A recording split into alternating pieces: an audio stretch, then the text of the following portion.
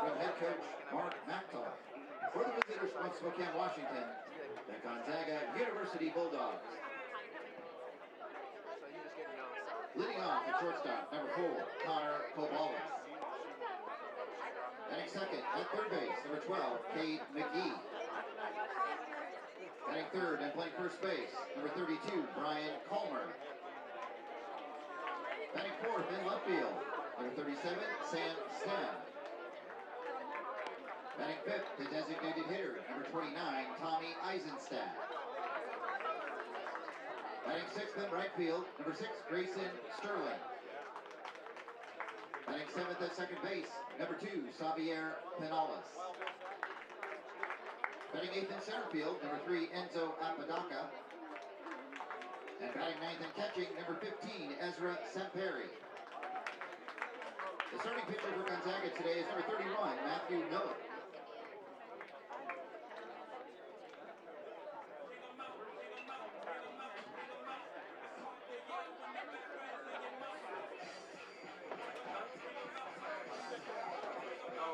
And now from head coach Jeff Loomis for the home team, your Portland Pilots.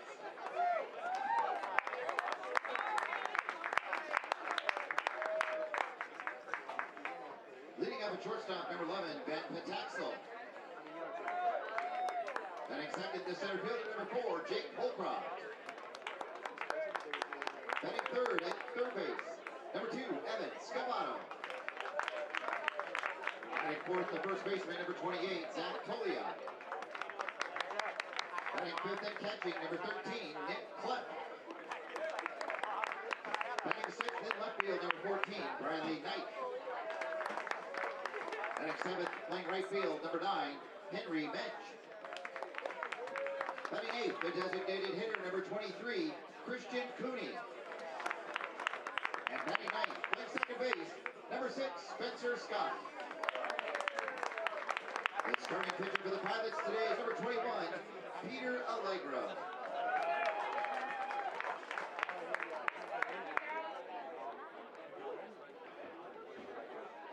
Fans, please rise if you are able and remove your caps for the playing of the national anthem.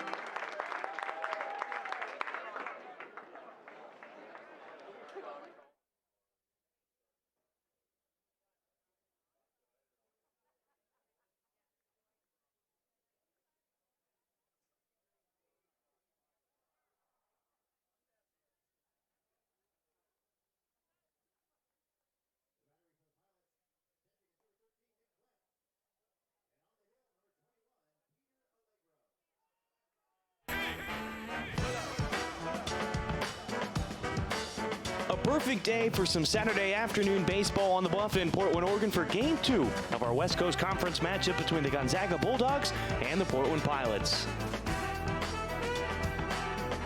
We welcome you to Joe Edsel Field. I'm Brian Slyke. I've got your call today.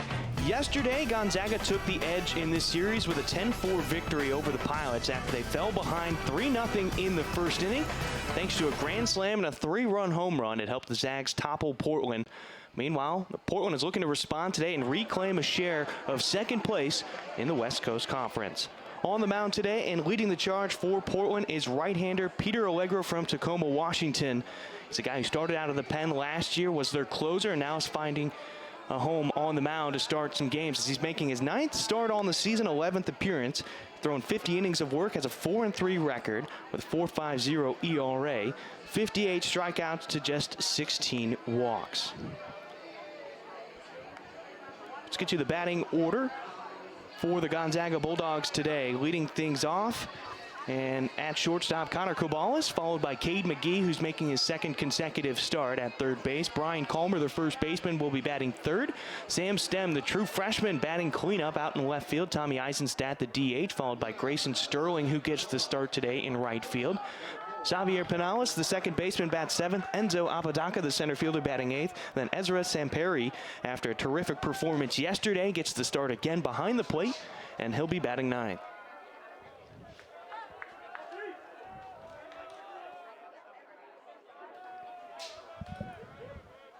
Portland wearing their new black pinstripe uniforms with Portland in purple and script across the chest with white block numbers on the left lower oblique. Gonzaga wearing their gray uniforms today with Gonzaga in blue across the chest, red numbers on the back.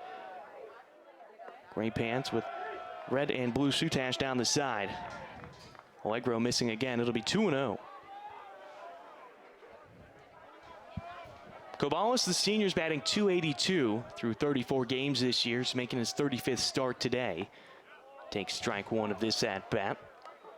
40 hits on the season. He's driven in 10 RBI as well.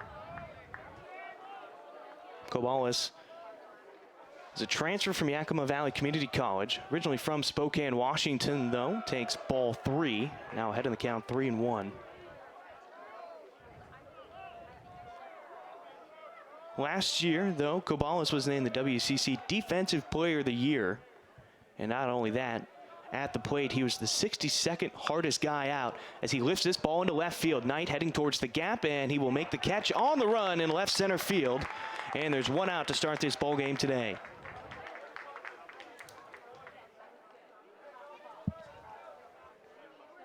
Third baseman, number 12, Cade McGee.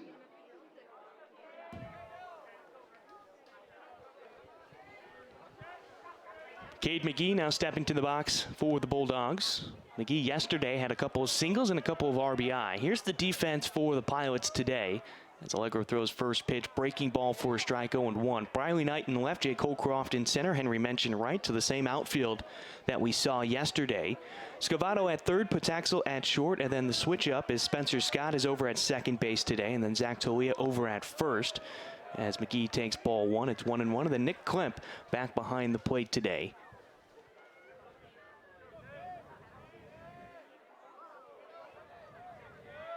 McGee just playing in his 13th game on the season. Takes an inside fastball just off the plate, though, for a ball, makes it 2-1. McGee suffered a wrist injury after he took a pitch while batting off the wrist against Tennessee. Missed most of the season, got back into the lineup against LMU this past weekend as he pops this one up on the right side into right center field. Mensch coming in, making the catch. And there's 2 away for Allegro on the mound and the Pilots in the field. Now batting, the first baseman, number 32, Brian Calmer will come to the plate now. Calmer is a transfer, started his career at Arizona State, made limited appearances, and then he transferred out. He was at Wabash Valley Community College. Takes the off speed from Allegro for a ball, 1-0. Originally from Chandler, Arizona. Now he's the reigning Junior College Division I National Player of the Year. And defensively, he made quite a few stops yesterday over at first as the slider gets him for a strike. This time it's 1-1. During his junior college season, he hit .421 with 20 home runs, driving in 75. Excuse me, he scored 75 runs and he drove in 109. Takes a strike there, makes it a 1-2 count. Finished first at the JUCO level with 107 hits. And with his 109 RBI and only 68 games played last year, he takes ball 2, and it's now 2-2. So it's a glimpse of how dominant he was at the junior college level. The 2-2. Allegro looks to go 1-2-3, and they got him. Strike 3. Got him looking. And that'll send us to the bottom of the first. Pataxil, Holcroft, and Scavata will lead things off for the Pilots when we return on the WCC Network.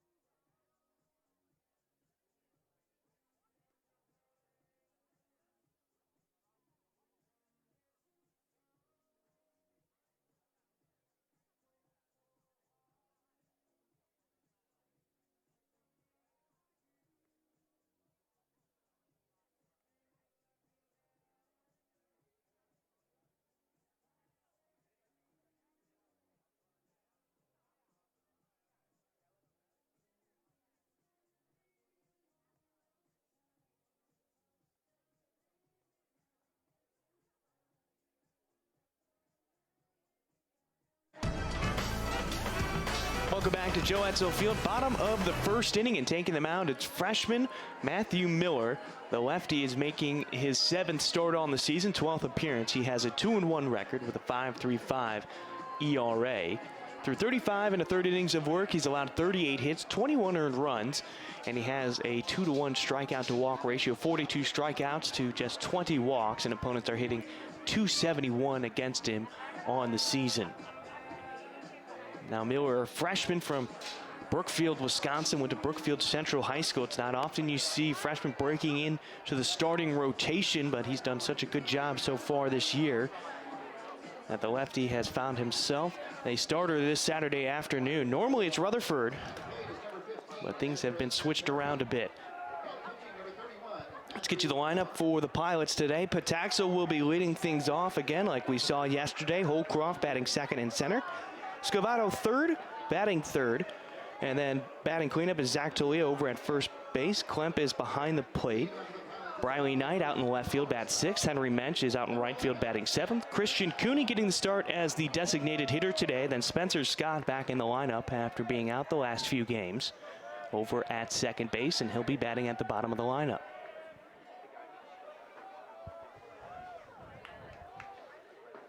Pataxil swings at the first pitch and sends it foul out of play to our right. So he'll start out 0-1.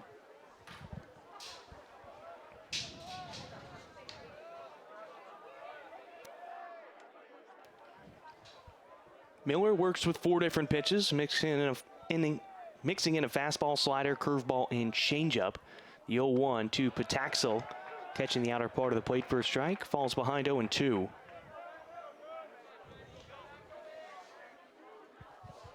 Defensively today for the Bulldogs, some different names in the outfield. Stem moves from right to left field. Apodaca back in center. Then Grayson Sterling getting the start in right field.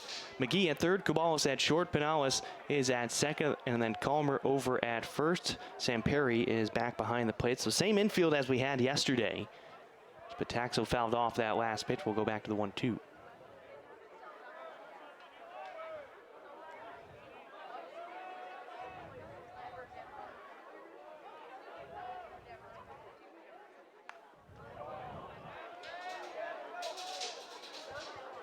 The fastball for Miller is going to be seen around 90 to 94 miles an hour. And talking with Coach Loomis, that's sort of that sweet spot for the Pilots this year.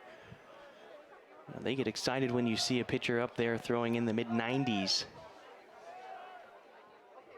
So that is where they have excelled. Breaking ball.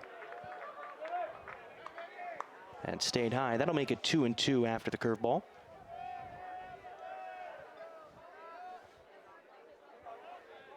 Pataxo Jr. from Renton, Washington, hitting .297 this year. Through 35 games, he's making his 33rd start on the season. Stays off the high fastball, works himself to a full count.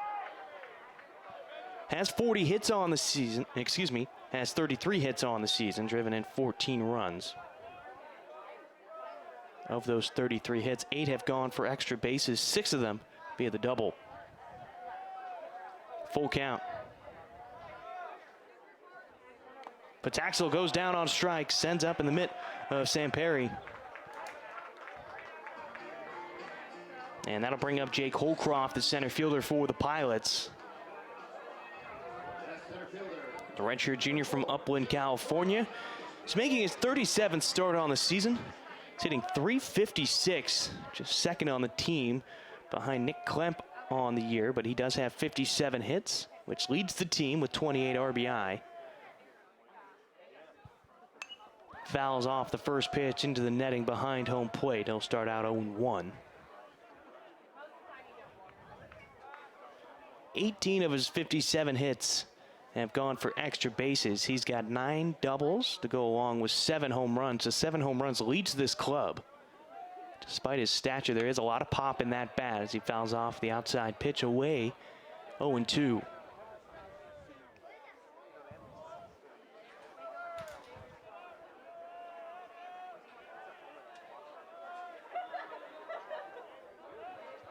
Holcroft, one of the most difficult outs at the plate in the West Coast Conference. Second hardest to strike out. About once every 14 or so at bats. So slider there goes off the plate, 1-2.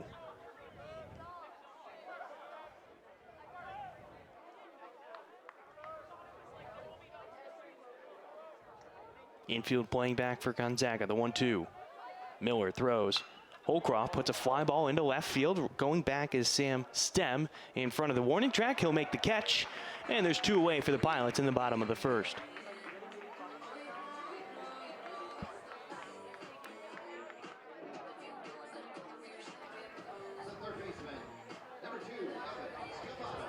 Evan Scavato steps to the plate. Third baseman today for the Pilots. That seems to be almost his everyday position so far this year. Last year, making starts over in right field. A couple times over at first, too. And a spot start at that position. Takes the first pitch strike. It's 0-1. Scavato wearing number 2 this year. The junior from Puyallup, Washington. Hitting .275 through 35 games this year. 0-1.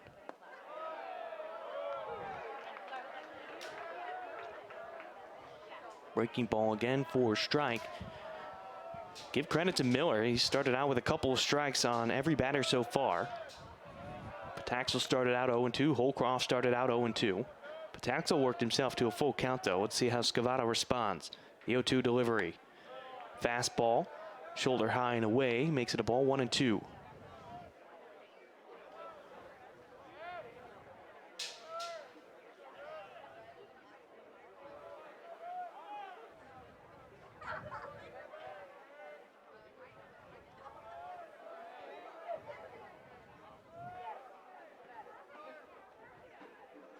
Breaking ball gets Scavato chasing, and that's going to end the inning. 1-2-3 on both sides as we head to the second. It's going to be the middle of the order for the Zags. Stem, Eisenstadt, and Sterling coming to the plate next on the WCC Network.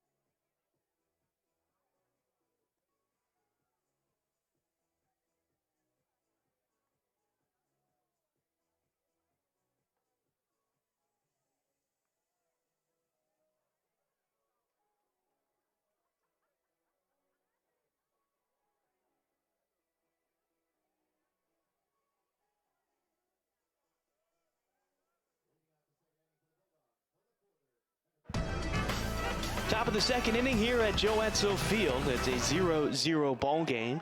Bit different than how yesterday's game started out, where the Pilots put up a 3-spot in the first. But the Zags were able to come back and take that one 10-4 as Allegro missing on the first pitch to Sam Stem.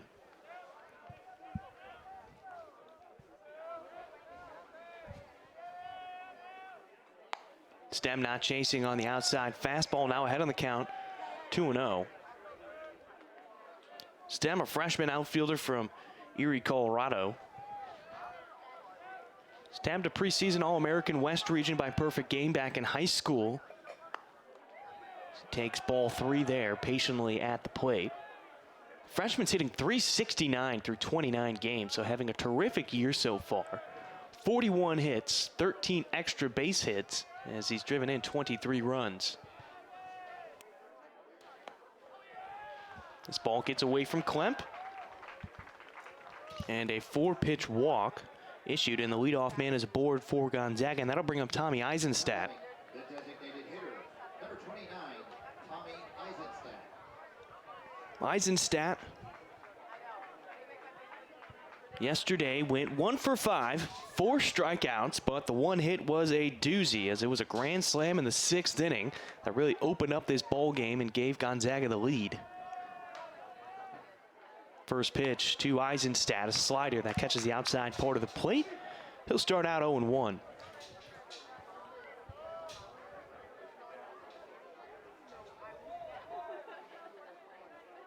Eisenstadt is a transfer from the College of San Mateo, originally from Menlo Park, California. The 0-1, swung on and missed. Eisenstadt, while at the College of San Mateo, hit .331, 34 RBI, scoring 32 runs in just 39 games. A very productive hitter. Now, he's not necessarily somebody who's going to hit the long ball. Yesterday was just his first home run in a Gonzaga uniform. Here he goes down on strikes. And a great response from Allegro after having a 4-pitch walk. He responds with a 3-pitch strikeout. And now that's going to bring up an old teammate of his, Grayson Sterling. As you look at the strikeout right there from Allegro. Grayson Sterling and Peter Allegro, summer league teammates with the Richfield Raptors back in 2019. Now face off in the batter's box. Allegro throws over to first. The runner's back safely. Stem in his 29 games this year only has 2 stolen base attempts, 1 stolen base.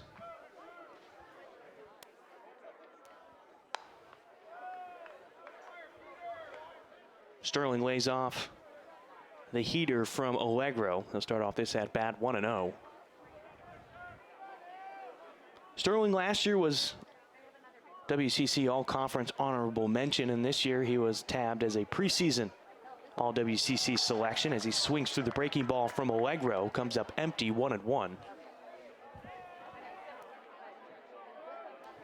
Dealt with a broken leg back in the fall, and he's been working his way back into the lineup. But he has been a benefit up at the plate, especially as the DH. But today he gets the start in right field as Allegro, missing well away from the zone, makes it 2-1 now on Sterling.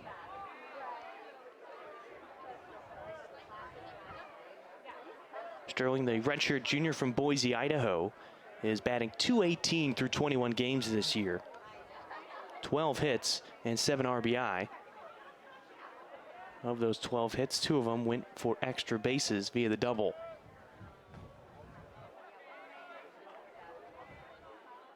Allegro comes home with it. Sterling fouls it off. We'll go back to a 2-2 count this time with 1 out.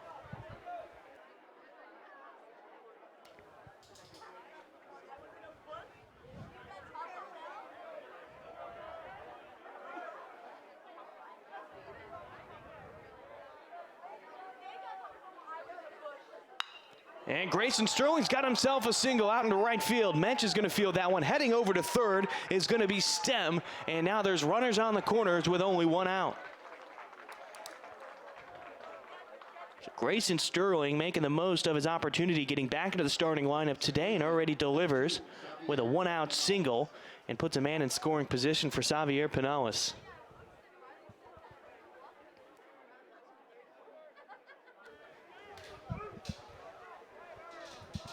Pinellas, a senior for the Bulldogs, transferred from Wabash Valley Community College, originally from Milwaukee, Wisconsin.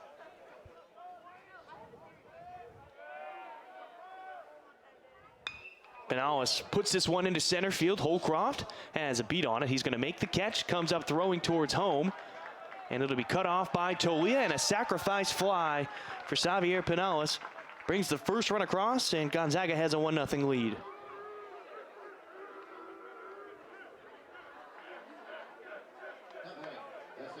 And that'll bring up Enzo Apodaca, the center fielder for Gonzaga today. Redshirt sophomore from Scottsdale, Arizona. Apodaca on the season's batting .256 through 34 games this year. First pitch breaking ball, missing just inside out of the zone. For a ball, it's 1-0. Apodaca with 34 hits, 18 RBI. 14 of his 34 hits have gone for extra bases.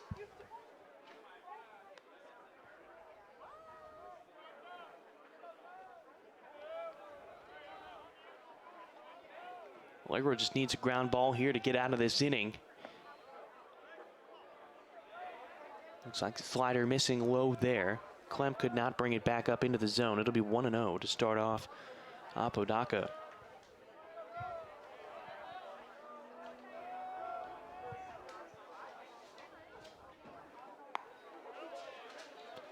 No call from the home plate umpire.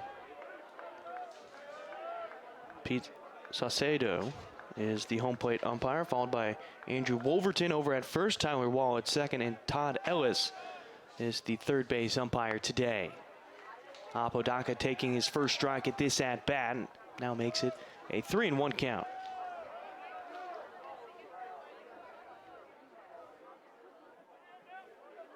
Apodaca was the leadoff man last year for the Bulldogs, in which he made himself a freshman All-American as he takes strike two, and now it's a full count as Allegro gets back into it.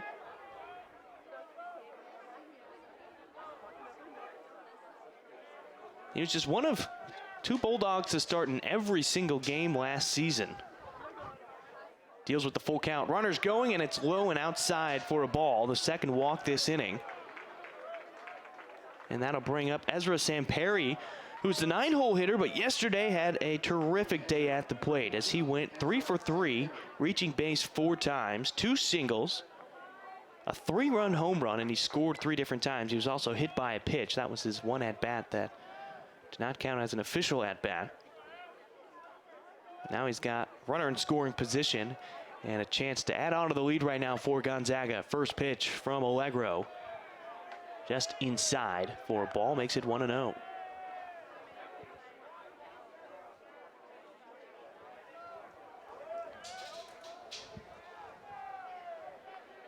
Samperi had struggled at moments throughout this season.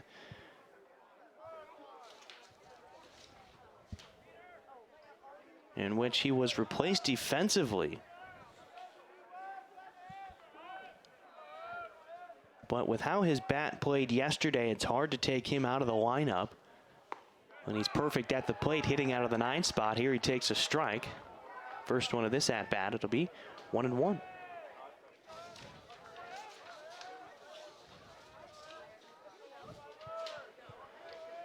Now Apodaca comes from Gresham, Oregon. As he puts this ball into the air, we'll pick up that thought the next time he's up in shallow center field. Holcroft calls everybody off. He makes the catch, and that will end this second inning. 1 run does come in to score thanks to a sacrifice fly by Xavier Pinellas. It's a 1-0 lead for Gonzaga. Bottom of the second, Tolia, Klemp, and Knight coming to the plate for Portland on the WCC Network.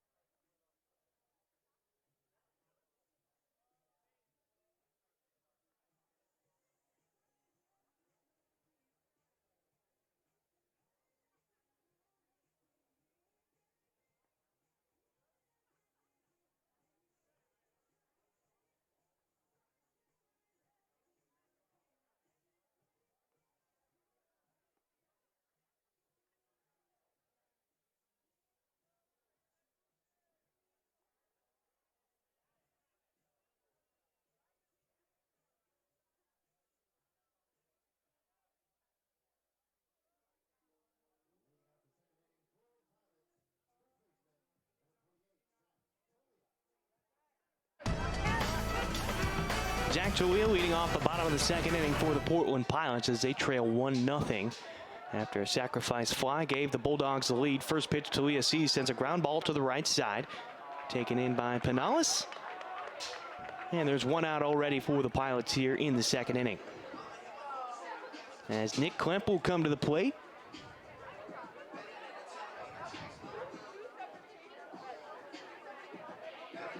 Klemp, a grad student from Everett, Washington.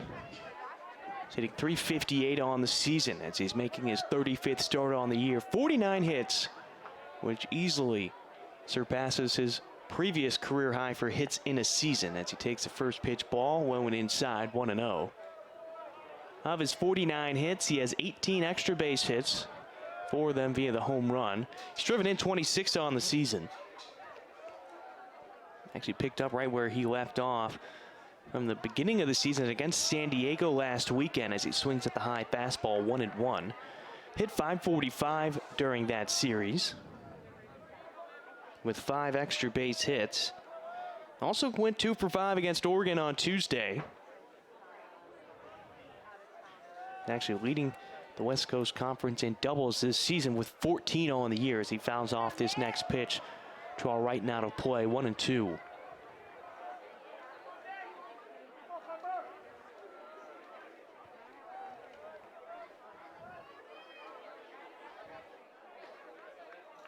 Klemp has done a nice job of becoming the everyday catcher for Portland. The 1-2 delivery. This one will squirt away from Sam Perry for second ball, 2-2. You have to think about a couple years ago, you had Hunter Montgomery behind the plate as well. You had Klemp. Then last year, you bring in a grad transfer as well. It's Tony Boeto. Klemp was splitting time, but this year it's mainly been all him. And here he's going to send this one in the left center field gap. This one could be a 2-bagger. Rounds first. He's headed for 2, and he's got his WCC leading 15th double of the season.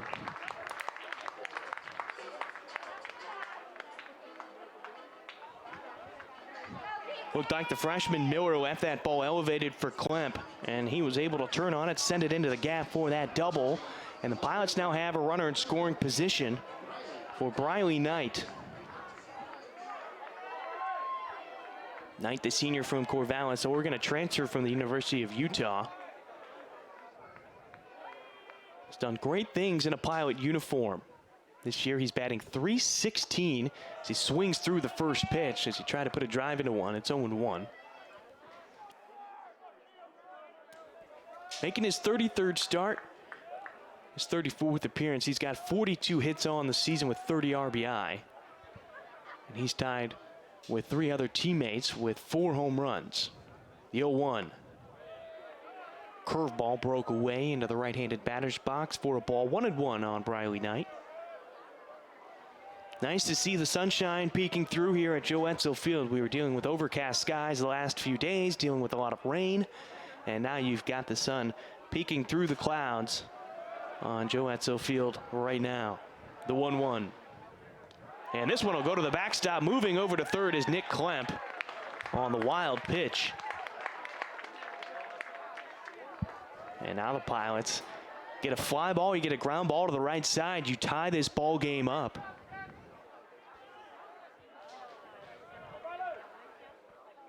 But it's nice to see, with the nice weather, the turnout here at Joe Etzel Field. Here at Bark in the Park Day. The 2-1, infield pulled in, high fastball. And Knight gets his arms out of the way of, now sits on a 3-1 count.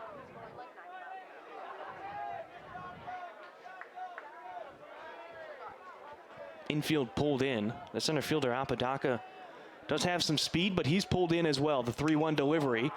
Briley Knight puts a fly ball into left field. Sam Stem is getting behind it, getting in position, makes the catch. Klemp tagging up from third. The throw into home is off target, and the sacrifice fly ties us up at 1 apiece here in the bottom of the second.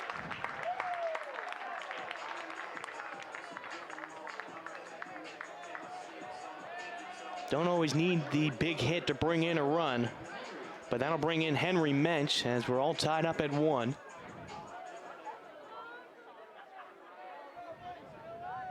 Mensch out in right field today. A junior from Seattle, Washington, from O'Day High School, takes ball 1. It'll be 1-0.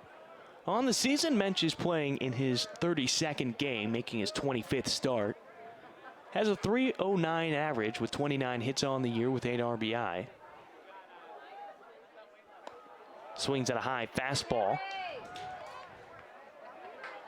That'll even the count at 1-1.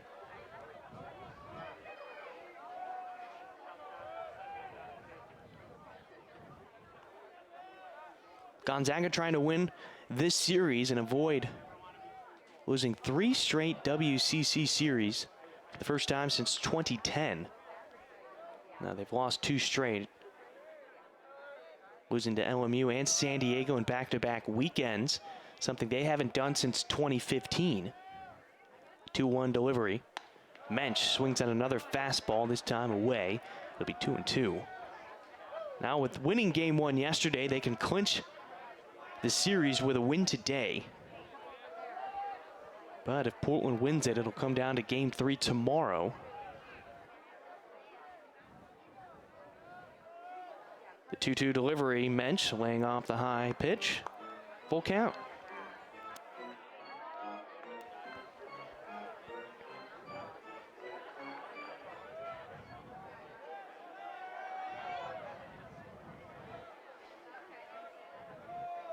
Pilots haven't won a series against Gonzaga in over 8 seasons, so tall order for them right now as they trail 1-0 in this 3-game set.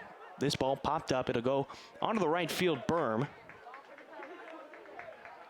And we'll reset on the full count to Henry Mensch.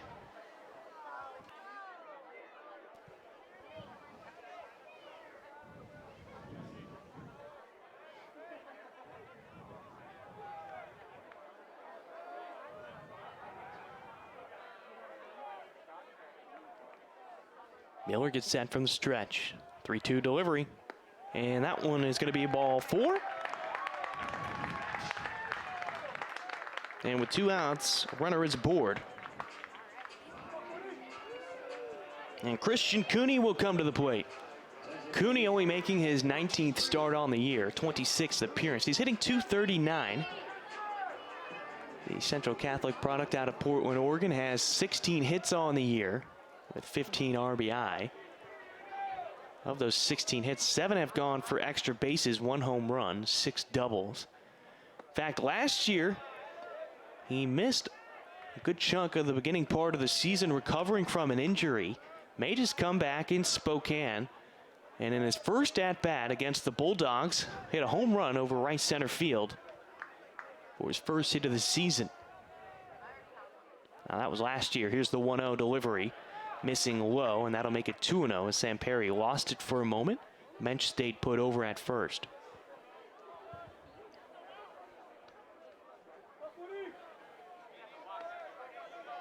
Miller might have to keep an eye on Mensch. 5 for 7 in stolen base attempts this season. He's about 6.5 feet off the bag.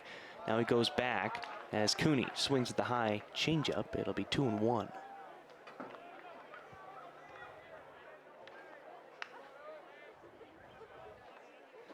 Pilots had a chance last year to end their losing streak to Gonzaga, but unfortunately Mother Nature had other ideas, as this is ball 3, making it 3-1 now on Cooney. Pilots had a lead late.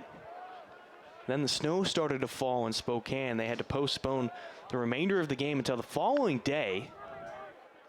Then Gonzaga, with that extra little rest, was able to get a home run late in that game as Cooney crushes one down the left field line. And is it fair? It's fair! Yabo for Christian Cooney! With 2 outs, and the Pilots take a 3-1 lead. Speak it into existence. First at-bat against Gonzaga last year's a home run, and the first at-bat against him this year, another home run, giving the Pilots the lead here in the bottom of the second. Awfully close to being fair or foul. Looked like it went right over the foul pole. And Todd Ellis, the third base umpire, watched it all the way and confirmed it was fair. Another look, elevated fastball, easy for Christian Cooney. He'll get on top of that every single time. As you see, that ball just hooking over the foul pole.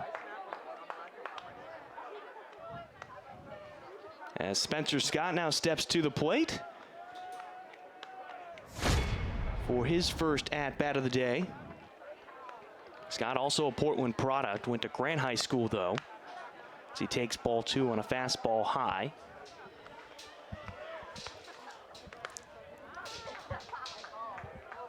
Scott hitting .222 on the season as he's making his 21st start, 25th appearance.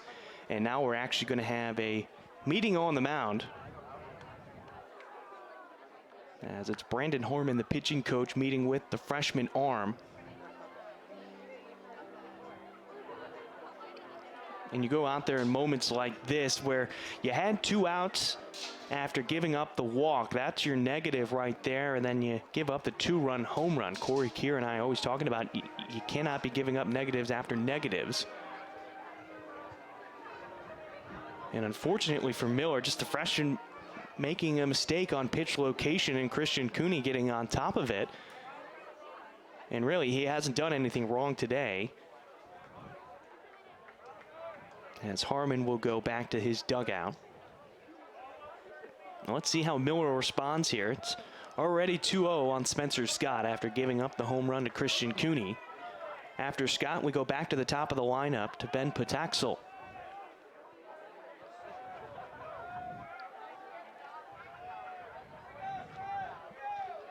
2-0 count. Make it 3-0. Off speed, stays high and away, about shoulder high. Now the Pilots were the first team in the West Coast Conference to get to 20 wins on the season. Yesterday they were joined by LMU, who took down St. Mary's.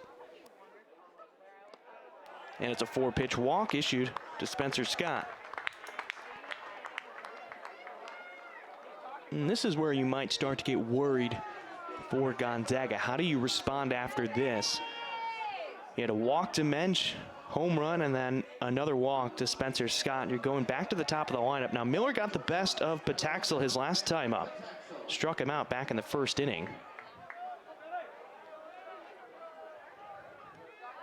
But if you get another base hit here, wouldn't be surprised to start seeing maybe somebody warm up just because of the young arm and how important this weekend series is. As Pataxel gets hit, and that's the 15th time he's been hit by a pitch this season. He was leading the West Coast Conference for quite a long time until this past weekend, where he got caught up with, and now with being hit by 15, should be back into the top ranks in the West Coast Conference. So Jake Holcroft now up, dangerous hitter with 2 outs and 2 on. First pitch from Miller, high above the shoulders, makes it 1-0. Holcroft is hitting .354 on the season, hitting .400 with 2 outs, and .385 with runners in scoring position. Lays off the pitch about knee-high away for strike. It's 1-1. Wind starting to blow out a little bit, about 3 miles an hour. The 1-1 delivery. Strike 2, and I don't think Holcroft necessarily agreed with that one. Seemed a bit more outside than the previous pitch. He'll take it though. His approach will change. Here's the 1-2. Scavato's on deck if the inning stays alive. Pilots already leading 3-1 thanks to a 2-run home run by Christian Cooney with 2 outs. After Briley Knight tied it up with a sacrifice fly earlier in the inning. Early runs, talking with Coach Loomis before this series. He said that was going to be one of the keys to beating Gonzaga this weekend, as Holcroft patiently waits off on another high pitch. Full count now, 3-2. It's jumping on Gonzaga early, especially the young arms. This is a team that lost 3 starters to the draft last year, and now having to rebuild their rotation. Here's the full count delivery. Runners are going. Holcroft puts it into center field. Apodaca running back, gets behind it, and he will make the catch in deep center field. And the Pilots strand 2 runners on, but they score 3 runs, and they take the lead 3-1 as we head to the 3rd. Up for the Bulldogs, Kovales, McGee, and Calmer on the WCC Network.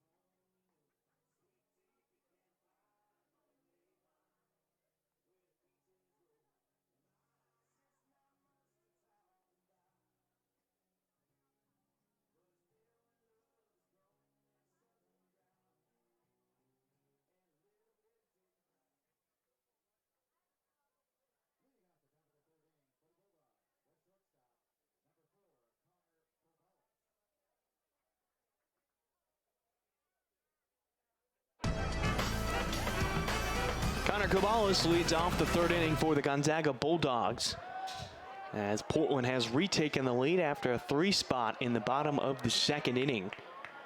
As Portland wins that second inning as well, something that Corey Kerr and I always talk about. Cabales takes an inside pitch for a ball, 1-0. But winning the inning, if you give up runs in the top half of the inning, how do you respond in the bottom half of the inning? The Pilots gave up 1 in the top of the second and responded with 3 in the bottom of the second. Cabales taking strike 1 on a slider, 1-1. Cabales last year led the team in walks with 29 and finished with 55 hits on the year. Fly ball into left center field. Holcroft, though, in position for it and makes the catch. And 0 for 2 the day so far for Cabales, as Cade McGee will now come to the plate. The third baseman, number 12, Cade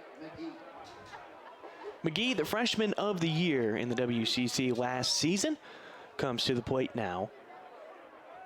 He's also a Baseball America freshman All-American. Appeared in 55 games last year as the DH and at third, and Allegro had that one escape out of his hand, and McGee gets hit by the pitch.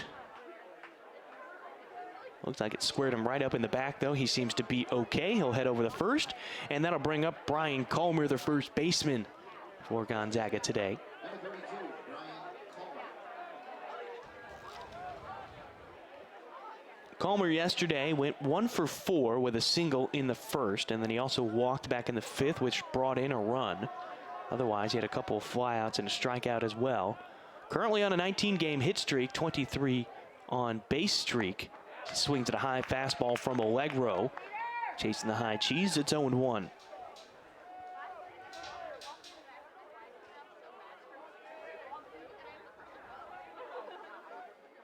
McGee taking a big lead off bag over at first. He's 2 for 2 in stolen bases so far this season. But as a reminder, he did miss a large portion of games, almost 20 of them, after dealing with a wrist injury when he got hit by a pitch going up against Tennessee during their non-conference play. 1-1, Culmer fouls it off. Out of play to our right. That'll go across the street. And we'll reset with the 1-2 count. So you see the sun peeking down on the field today. We're dealing with 58 and cloudy yesterday, as Allegro short on that one, only made it about 59 feet, but Klemp is able to block it with his body. 2-2. It's 64 degrees with some sunshine peeking through those clouds, and with the warm weather, something we haven't necessarily seen here all that much here in Portland. You're getting a lot of people showing up to the ballpark today. 2-2 from Allegro. Culmer not chasing.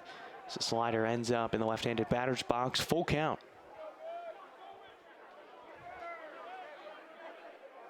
Culmer's a patient guy at the plate, though. 23 walks already this season.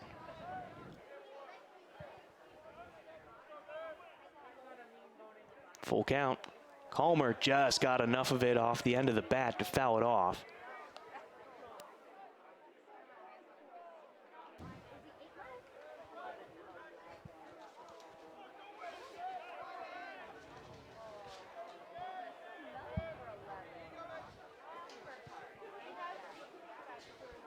Culmer goes down on strikeouts. Second time today. And now there's 2 away with the runner over at first. That'll bring up Sam Stem, who walked his last time up on 4 pitches. Stem is still looking for his first hit in this series, though. Went 0 for 5 yesterday. A couple flyouts, a pop out, ground out, and strikeout.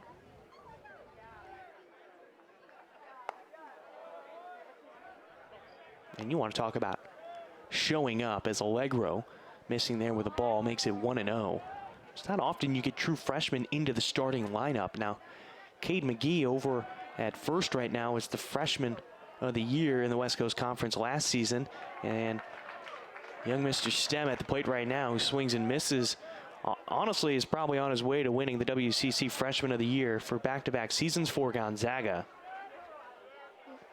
But with the recruits they brought in, both from the junior college level. And the freshman from the year before. Stem has found his way into the lineup with his defense and with how he handles the stick. Now talking with Coach Harmon for Gonzaga. He said, Coach Mactoff said it was a mistake that they didn't bring him on the road in that first road trip of the season because of the production that he's been able to have. Here's a fly ball down the left field line. That'll go off the top of the Pianovi hitting facility and even the count at 2 apiece. But he's a relatively quiet and respectful kid. Just puts his head down, gets to work. To show you the type of player that he is, he hit his first career home run. And as he's rounding third base, his coach is congratulating him, and he's just quietly out.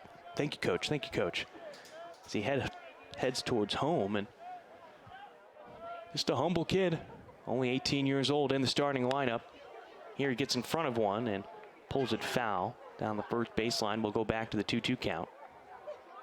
As Antonio Garcia, the first base coach for Gonzaga, picks up that foul ball.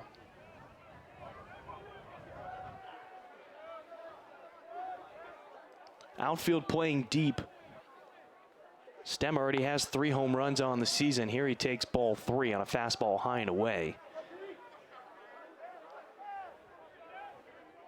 Allegro getting into some deep counts here. Already happened 4 or 5 different times. Full count on a Gonzaga batter. Runners going. Stem pulls it. Tolia's in the perfect spot over at first. Steps on the bag.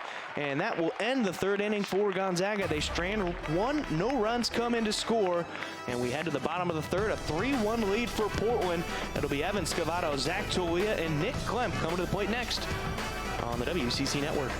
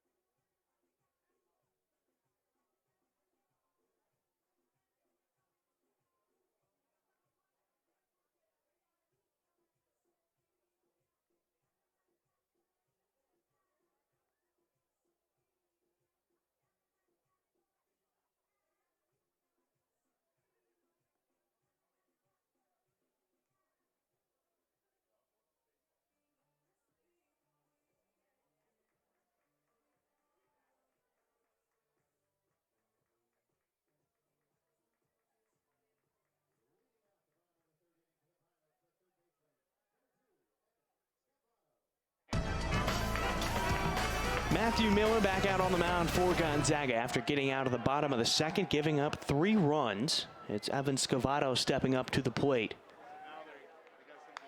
Fouls off the first pitch of this at-bat. Scavato already struck out. That was back in the 1st inning. The Pilots went 1-2-3. In fact, he was the only batter to not come up in the 2nd inning. Pilots got through 8, putting up 3 runs. Again, that was capitalized by that 2-run home run by Christian Cooney with 2 outs. The 0-1. Beautiful breaking curveball right there. Drops in for a strike, 0-2. Scavato yesterday went 0 for 3 with 3 strikeouts. Did have a sacrifice bunt in the 1st that set up 2 runs to come in on a 2 RBI single by Nick Klemp. Looking to avoid another strikeout. It would be 5 in a row for him. The 0-2 delivery. Gets it off the end of the bat, elevates it out of play to our right. We'll go back to the 0-2.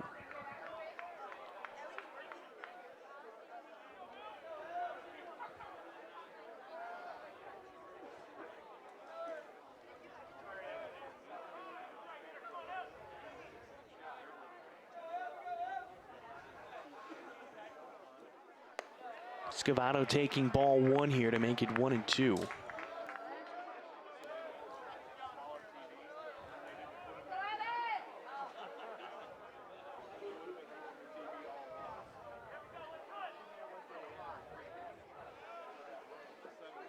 1-2 delivery to Scavato, breaking ball that drops into the dirt, patiently waiting on it. Makes it a 2-2 count. Scavato hitting .275 on the year. Leads the club in RBI with 31 on the season.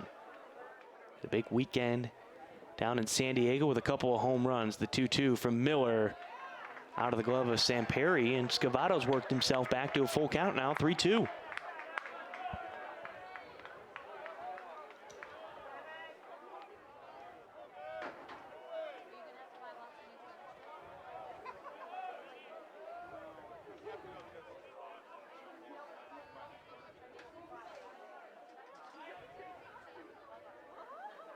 Scavato puts one back up the middle on a full count. And the leadoff man is aboard for Portland with a single. And that'll bring up Zach Tolia, who's 0 for 1 today. Tolia yesterday, though, went 2 for 4 with a couple of singles, did come around to score once. He also struck out, and he also flew out to center field back in the 8th inning of yesterday's game. Now he's looking to move Scavato over, and Scavato's got a nice lead over there at first. On the season, he's just 1 for 2 as Tolia takes a low ball inside, 1-0. Gonna have to keep an eye on Scavato, though, if he takes that big of a lead again. He's getting out there. Miller, though, no look over. Tolia drives one into left center field. Apodaca and Stemmer going back to the wall, and Yabo! Zach Tolia adds 2 more for the Pilots, and they take a 5-1 lead.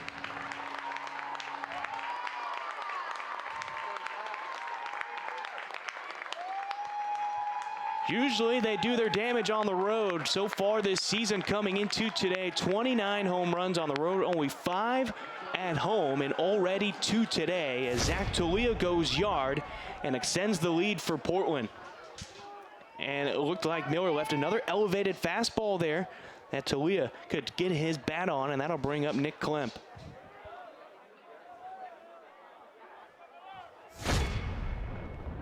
And now we're going to have time called. Machtoff is going to go out to the mound. And you have to think that maybe with their second visit here that it's probably Miller's last time throwing the baseball in this game, as his team is now trailing 5-1 in what is a big series this weekend between these two teams, as they're duking it out for second place in the West Coast Conference. They came into this weekend with 3 teams tied for second, and with St. Mary's losing yesterday to league-leading LMU and Gonzaga beating Portland, things are going to get mixed up.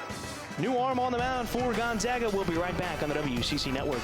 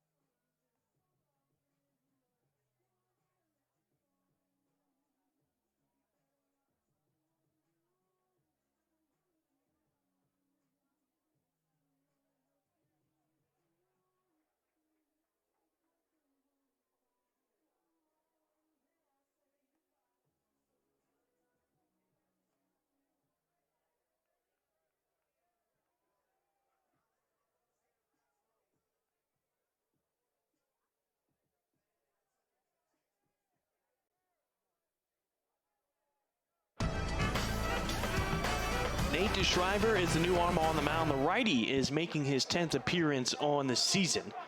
He has a 3-4 record. The first pitch to Nick Klemp is high for a ball, making it 1-0. A 5.89 ERA for DeShriver through 36 2/3 innings of work. He's allowed 35 hits over that span, 24 earned runs as Klemp singles back up the middle.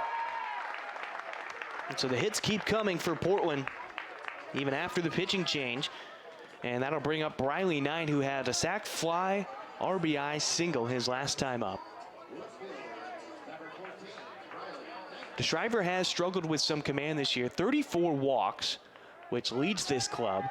32 strikeouts. Opponents are hitting .257 against him on the year.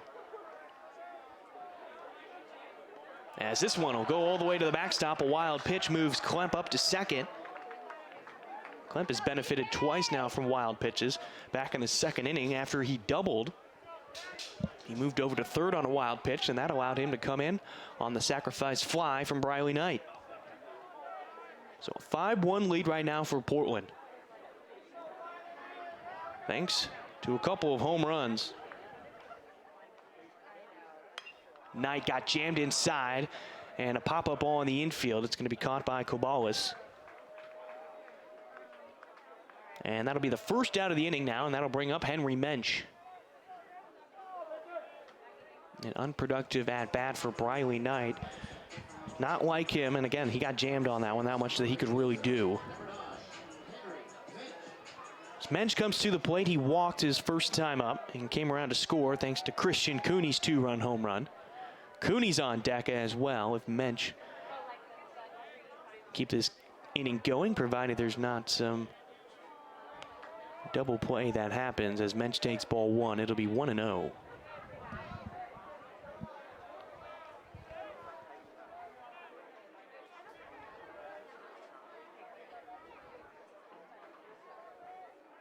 .1-0 delivery. Mensch lifting his arms to get out of the way of that pitch, makes it 2-0.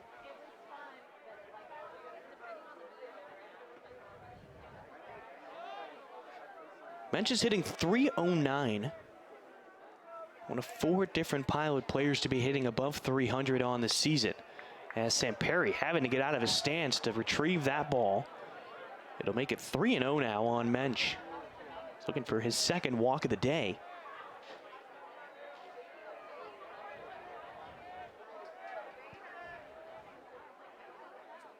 .3-0 delivery from DeShriver.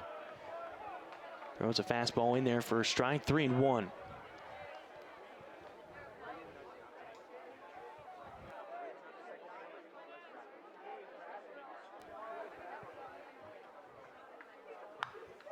This one down the first baseline, over the first base bag, and having trouble fielding it was Comer.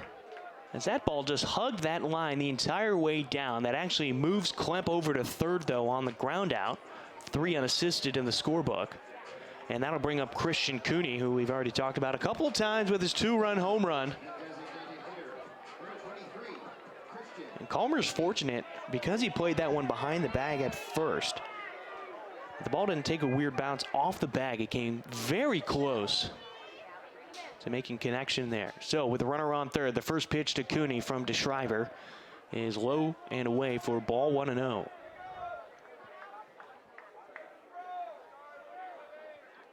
Well, 8 of the 17 hits now for Cooney have gone for extra bases.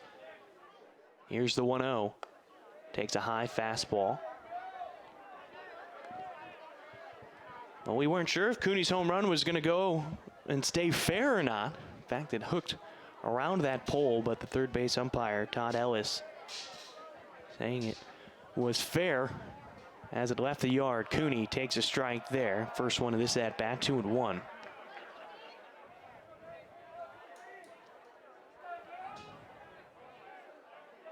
Spencer Scott is on deck as well. 2 runs have already come in this inning thanks to a 2-run home run by Zach Tolia. Strike 2 on Cooney. I think he was expecting a ball on that one.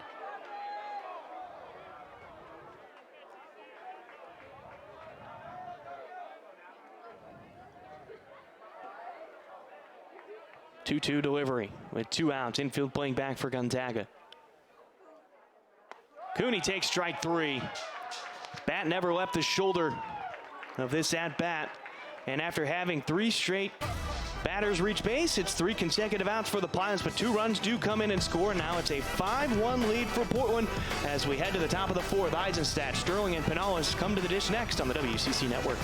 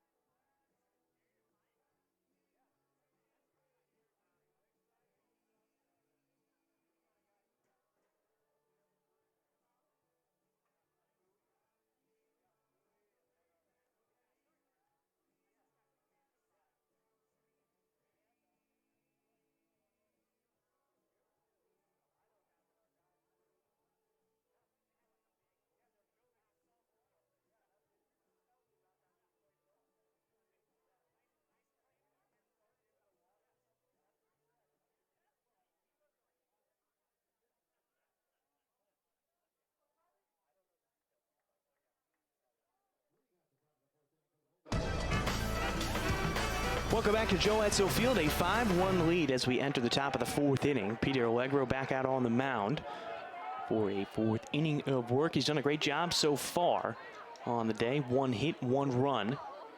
As he misses low and away to Eisenstadt here to start him out 1-0. Back in the 2nd inning, he allowed a 4-pitch walk to Sam Stem. It was a single by Grayson Sterling that got Stem all the way to 3rd, and then a sacrifice fly by Savi Pinellas. High fly ball by Eisenstadt, taking Mensch back to the warning track in front of the home and home of the Pilots in right field, and he makes the catch. It's a loud fly out for the first out here in the 4th. I was getting close to where he hit his grand slam yesterday. He was more towards the scoreboard, but a similar situation, just a high fly ball that kept carrying back that way, and this time it just ends up in an out. As Grayson Sterling comes to the plate for the 2nd time today. Sterling is 1 for 1 with a single in the 2nd. He got left stranded over at 2nd, though. Swings through a high fastball from Allegro. Got the best of his former summer ball teammate the last time he was up at the plate.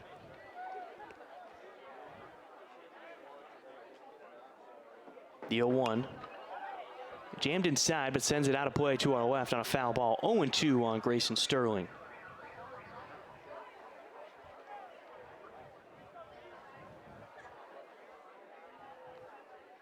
Sterling last year had 18 multi-hit games while hitting .285 on the season. Pulls this ball down the first baseline. Tolia will get to it in foul territory, though. We'll go back to the 0-2.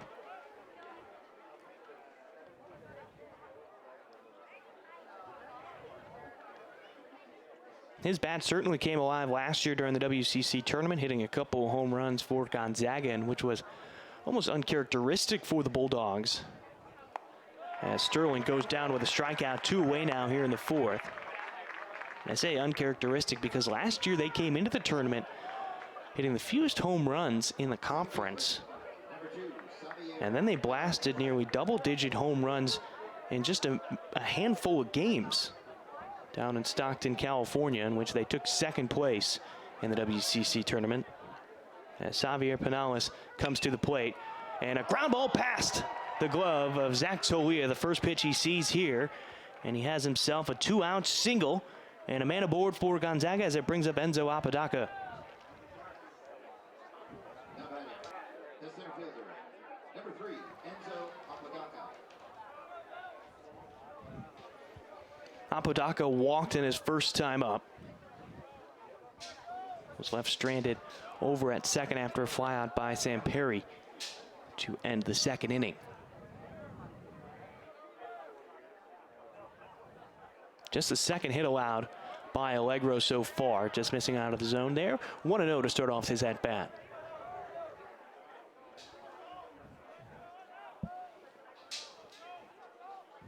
Apodaca, the redshirt sophomore from Scottsdale, Arizona, is hitting .256 on the season. Takes ball 2. It's now 2-0.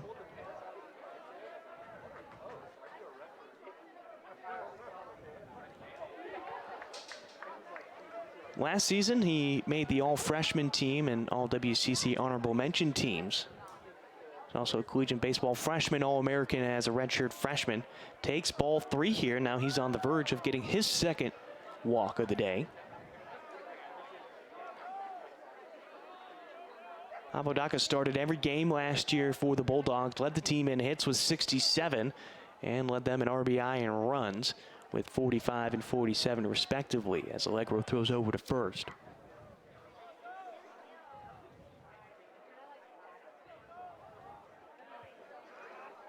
Solidified his spot in center field for Gonzaga.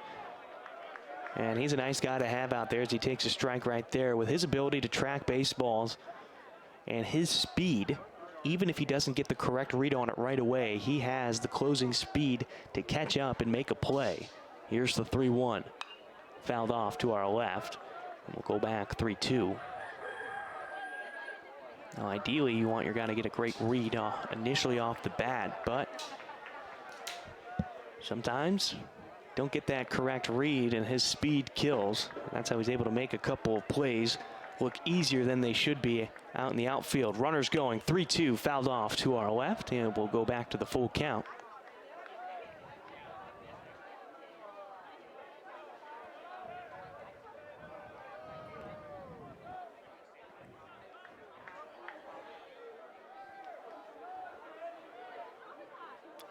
Allegro was tabbed as preseason all-WCC selection.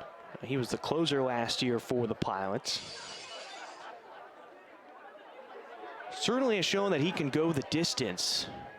He went 7 1/3, which was a career long against San Diego last weekend. He went 7 innings the weekend before that.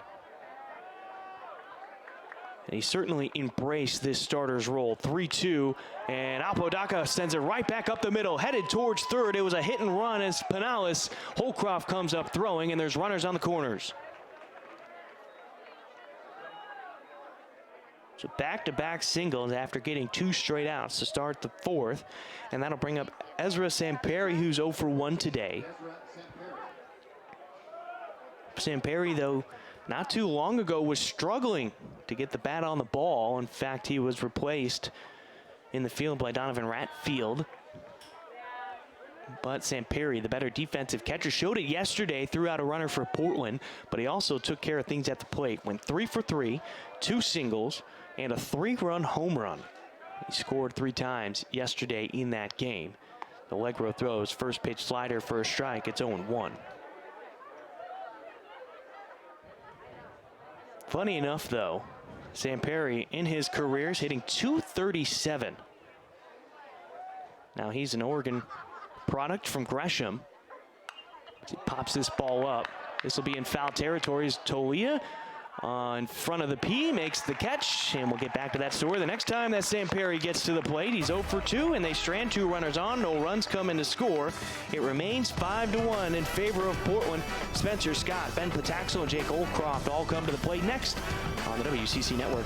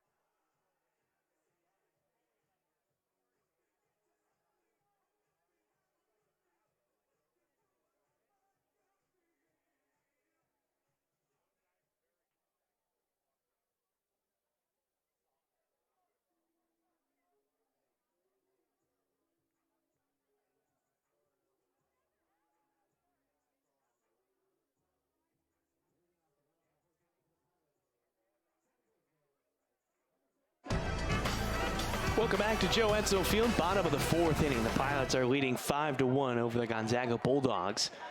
They are trying to regroup after losing 10-4 in the series opener. Spencer Scott is leading things off. He walked in his only at bat so far today. That was back in the second inning as he leads off the bottom of the fourth.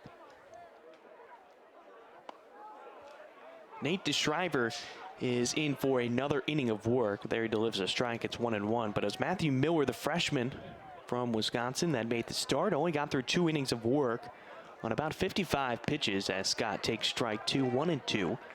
Gave up 4 hits, 5 earned runs, 2 strikeouts, 2 walks, a hit batter, and a wild pitch. So not exactly the performance that Miller was hoping for. So right now he's set up to take the loss as Scott takes a low pitch, turns on it foul though.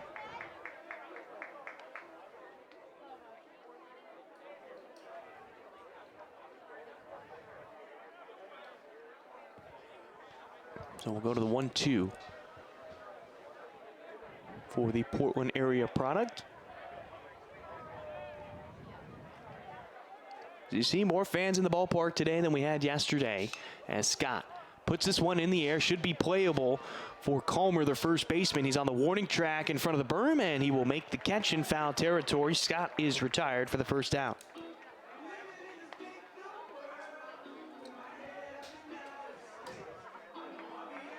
That'll bring up Ben Pataxel, who has gone 0 for 1 today. He struck out in the first. Now he came up in the second, and now he got hit by a pitch, which marks the 15th time that's happened this season.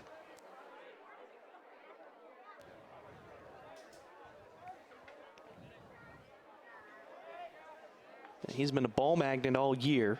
Program record is 19. And he hits this one off of DeShriver, who stays with it and gets Pataxel out. And there's 2 away. DeShriver having to run off the mound right there. Seems to be okay. Nobody moving in the Gonzaga dugout, though, to check up on their pitcher.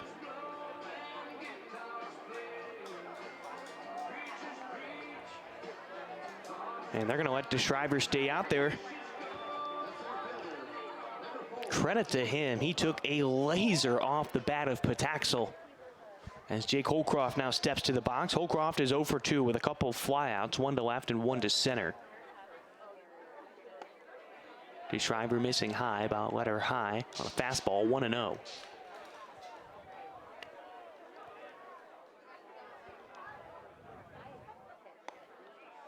Holcroft will take a strike there to even the count at 1-1. Holcroft was a All-WCC first-team selection last year, and All-WCC tournament selection as well.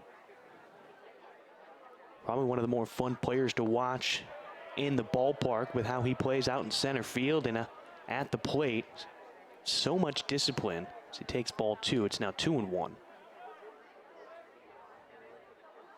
Currently on a 7-game hit streak, takes a strike inside. It's now 2-2. .57 hits on the season, leads the Pilots, second in the conference. The 2-2 delivery, ground ball hit over to the right side. Pinales scoops it up over to first in time, and it'll be a 1-2-3 inning for the Pilots at the plate. No runs coming to score. It remains a 5-1 lead for Portland as we head to the 5th. It's the top of the order. Caballas, McGee, and Calmer due up for the Bulldogs on the WCC Network.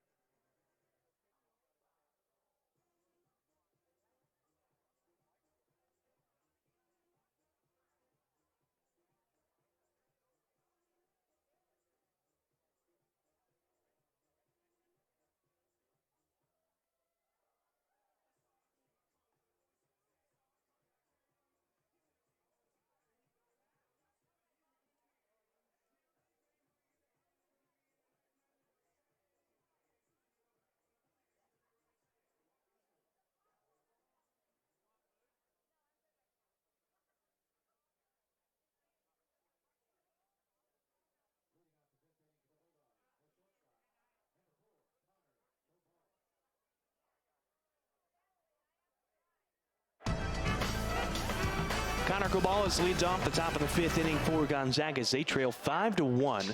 They scored the first run of this ball game in the top of the 2nd, and it's been all Pilots since, as they scored 3 runs in the bottom of the 2nd and 2 runs in the bottom of the 3rd as Allegro gets a first pitch slider in there for a strike, 0-1. Cabales yesterday went 1 for 5, reached base 3 times though, thanks to a fielder's choice error, and then he did single in his last at bat as he fouls this one off. Now falls behind 0-2.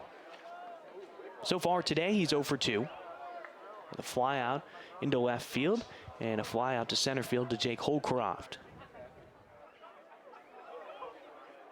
The 0-2, no chase on a pitch that ends up blown away. 1-2 is the count.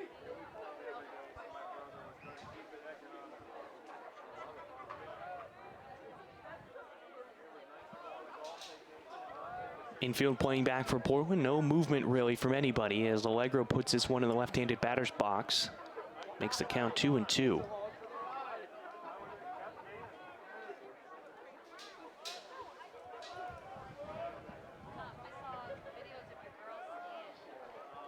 Relatively calm feeling over the ballpark right now at Joe Edsall Field as Cabales takes ball 3, and it's now a full count, 3-2, after Allegro started out the count 0-2.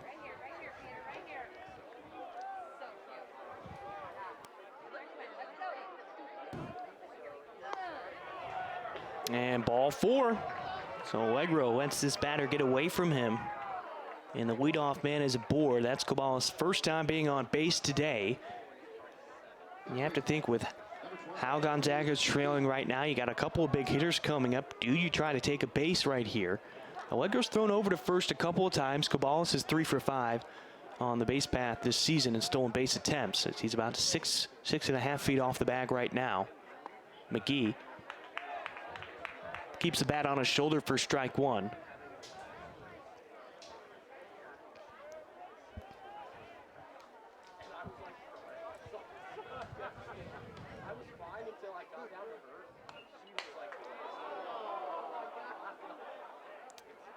Interesting right there as foul ball goes off of a water bottle into the net and takes off spectator's hat. McGee will take strike 2, 0-2.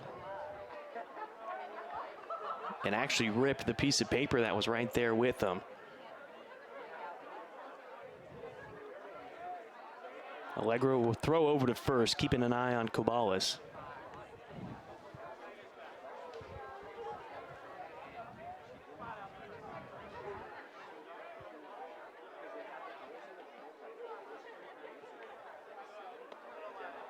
Allegro trying to induce a swing and miss, but no chase from McGee, who watched it all the way in. 1-2.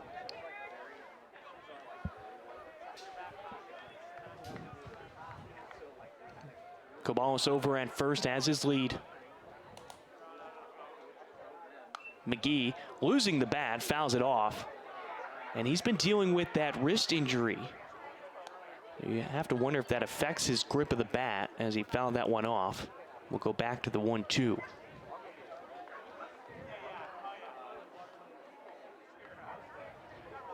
Now back on this date in 1876, it was actually the first official National League Baseball game played. It was played between the Boston Red Caps and the Philadelphia A's, in which the Red Caps won it 6-5. So you could definitely say that it's the 147th birthday of the National League as McGee gets hit for a second time today. And now you're compounding negatives for Allegro on the mound after a leadoff walk to Cabales. McGee now gets hit by a pitch, and there's 2 aboard for Brian Calmer. Calmer so far on the day is 0 for 2 with a couple of strikeouts. Back to my previous note though. Now this wasn't the first major professional baseball league. There was the National Association of Professional Baseball Players, which was formed in 1871. Now that folded after a few seasons because there was no central governing body to keep an eye on those teams as Calmer takes strike 1 of this at-bat. Now the game was completely different than it is today. At the time, the mound was only 45 feet away from the plate. Pitches were supposed to be thrown underhand, and that was a rule that was violated more times than not. Allegro looks back at the runner, comes home, Calmer fouls it off, and now behind 0-2 in this at-bat. Now, some of the rules were different as well. It took 9 balls for a walk for the plate appearance. The batter could specify his own strike zone, whether it was high, which is waist to shoulder, or low, which was waist to shin. So you had 2 different strike zones that you could choose from if you were the hitter. Here's the 0-2. Allegro will fake the throw to second to keep an eye on Cobalis. Will reset with the 0-2 count. Now, there were issues early on with the league, especially when teams refused to make the West trips near the end of the season, opting to play non-league opponents. It was their way of being able to recoup some money without having to spend money, putting up the team in hotels and travel. As Allegro puts this one in the dirt, it's 1-2 now. The league responded by expelling those clubs, though, that broke that rule in defiance and made it clear that the league schedule and competition integrity would not be ignored. Here's the 1-2 delivery from Allegro. Calmer doesn't chase on the breaking ball, and a couple of Pilot fans not happy about the no call. It's now 2-2. Now, after kicking out a couple of those teams in the original National League, it struggled for the first few seasons. In fact, 6 of the 8 original teams folded. There were only 2 teams that remained from the original 8. That's Boston. As Calmer goes down on strikes, his 3rd strikeout of the day. And that'll bring up Sam Stem. Stem still looking for his first hit in this series. Came into this one with 41 hits on the season. So far, went 0 for 5 yesterday. He's 0 for 1 today. He did walk, though, in the second, so he has reached base, and he came around to score. That's the 1 run that Gonzaga has had today.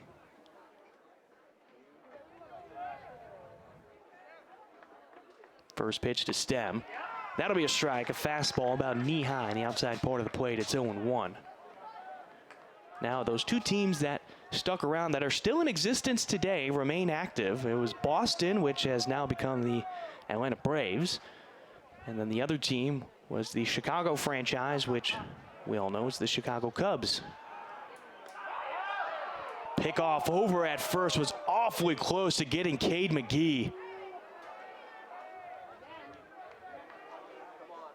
Bang, bang play over there as Allegro almost gets him. Still has 0-1 on Stem. Freshman from Colorado. Trying to get a run, possibly to get Gonzaga back into this one. Allegro missing off the plate.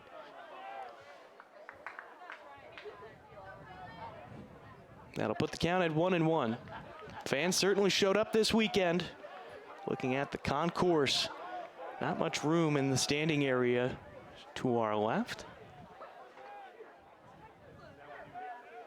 Here's the 1-1.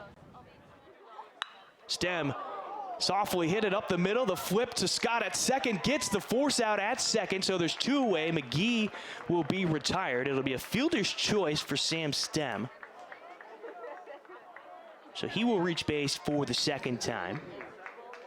Moving over to third is Cobalis, so he's 90 feet away from scoring. And you bring up a guy in Tommy Eisenstadt, who went 1 for 5 yesterday. He's 0 for 2 today, so 1 for 7 in this series. But his 1 hit was a grand slam, part of that 6-run 6th inning yesterday for Gonzaga. And his flyout today carried a long way to the warning track, in which Mensch was able to make a play on it. As he pulls this one foul, it'll be 0-1. It's a ball. Bounces back into play.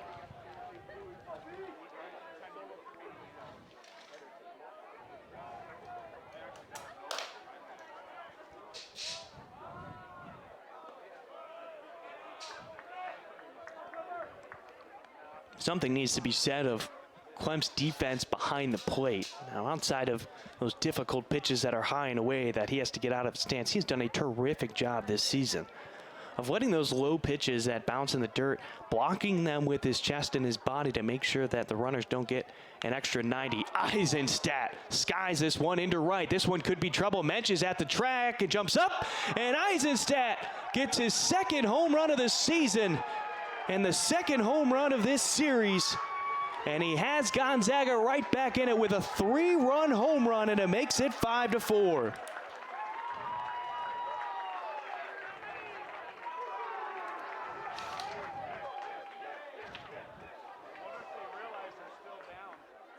So things just got a little bit more tense here at Joe Etzel Field after the 3-run home run, the second of the season for Eisenstadt.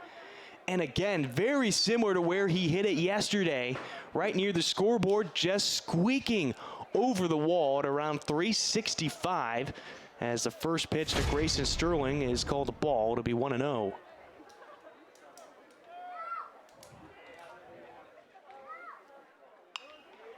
Sterling pops this one up into foul territory. Scavato giving chase near the bullpen, and he makes the catch over the fence. That'll end the inning, not before the damage is done, but a spectacular defensive play by Scavato. It's 5-4 thanks to a 3-run home run by Tommy Eisenstadt. And we've got a ball game here at Joe Etzel Field. We head to the bottom of the 5th. Scavato, Talia, and Klemp all due up when we return on the WCC Network.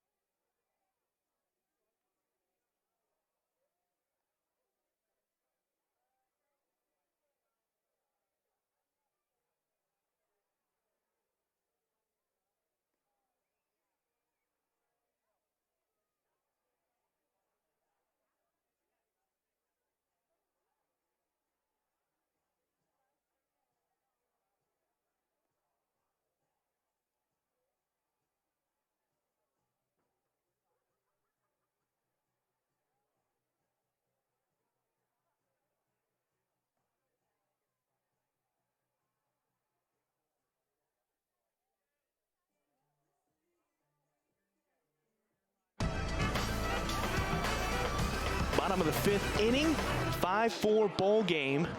Things got tight here over the last half inning thanks to a 3-run home run by the designated hitter Tommy Eisenstadt as Evan Scavato steps to the plate for the 3rd time today. Scavato 1 for 2. He struck out on the 1st, and then he singled back in the 3rd where he came around to score thanks to Zach Talia's 2-run home run. Takes the ball inside for the first pitch. It's 1-0.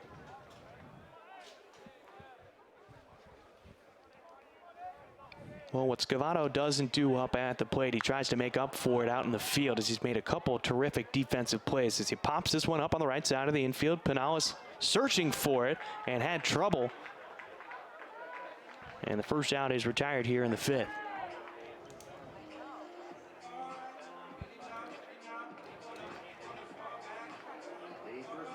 Zach Talia now coming to the plate. He's 1 for 2 today. Ground out to Pinales at second, and then his 2-run home run in the 3rd, which right now has given the Pilots the lead, and that's how they still hold on to that lead, 5-4.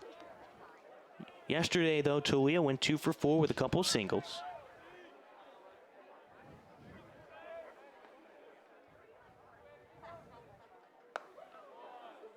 Takes an inside fastball over the white of the right-handed batter's box. It's 2-0.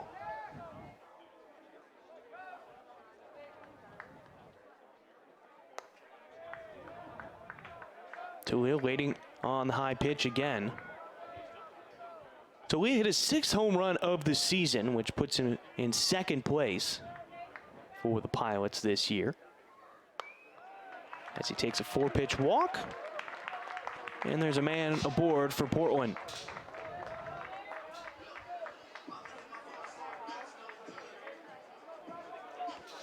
As Nick Klemp will come to the plate. He's been very productive so far. Not as productive as the home run hits from Cooney or Talia, but he's 2 for 2 today. Had a double in the 2nd where he came around to score thanks to a sacrifice fly by Briley Knight. And then he singled back in the 3rd, reached 3rd, but he was left stranded there. The pitch from DeShriver in the left-handed batter's box. Samperi able to get to it. It'll be 1-0.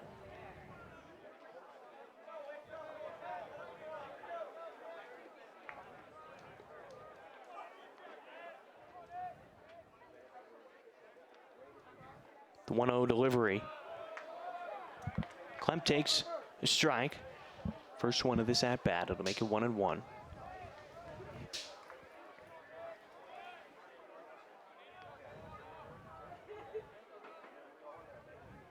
Tolia taking a big lead off at first right now, and there's a throw over. He's back safely, but he seems to be taking a bigger and bigger lead each time. No stolen bases on the season, but he's pressing his luck against DeShriver, seeing how far he can push his limit.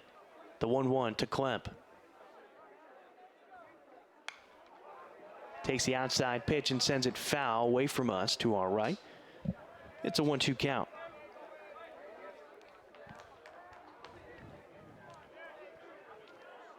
With how Klemp's season ended last year, don't want to say in disappointing fashion, but maybe disappointing for him because of how well he was doing at the end of the year. As he strikes out here. 2 away.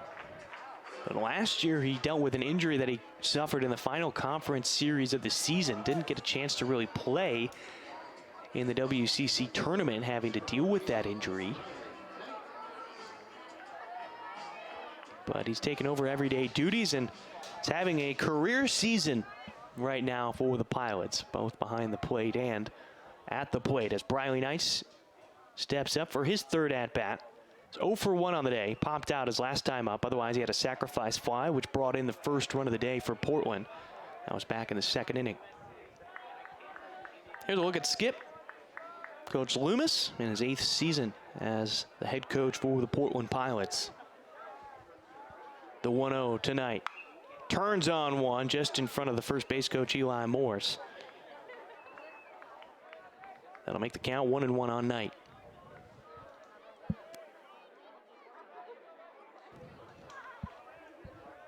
DeShriver, since he's come in, he's only allowed 1 hit in 2 2/3 innings of work. In fact, the only hit he gave up, that 1 hit, was the first batter that he faced, and Pinales makes a play in shallow right field, and that's going to beat a diving Briley Knight over to first, and that will end the Pilots' 5th inning. No runs come in, and a runner left stranded. It remains 5-4 as we head to the 6th inning. Bottom of the order, Pinales, Apodaca, and Samperi come to the dish next for the Bulldogs on the WCC Network.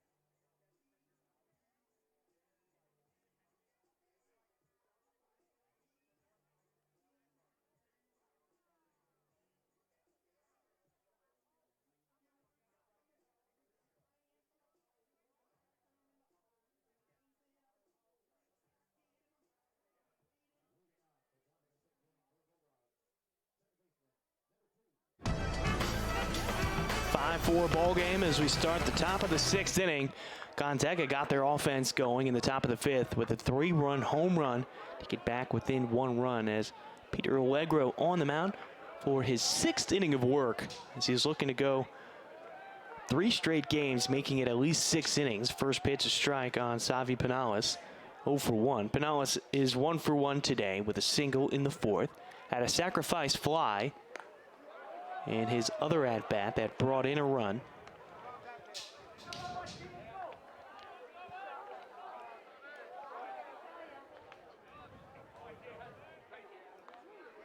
Couple arms run down to the bullpen for Gonzaga as Pinales pulls this one foul. Now falls behind in the count. 1-2.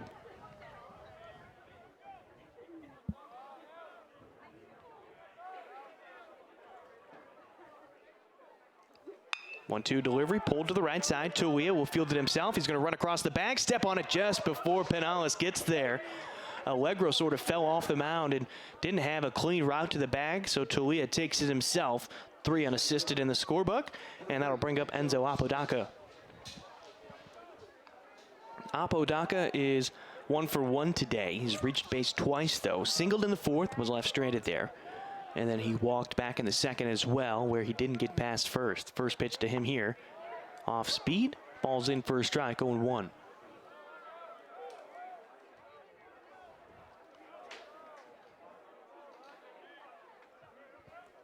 The freshman All-American last year, solidifying himself as the everyday center fielder as a true freshman. He takes a ball here. It'll be 1-1. Bit of a different spot for him here at the bottom of the order. Last year he was the leadoff man, but I actually kind of like the idea of having this guy down at the bottom of the order as he fouls off that next pitch to make the count 1-2 on Apodaca. And I say that because it almost acts as if it's a second leadoff guy at the bottom of the order. Somebody to turn things over and get your leadoff man back to the plate. More men on base, the better. As Allegro missing there, it's 2-2.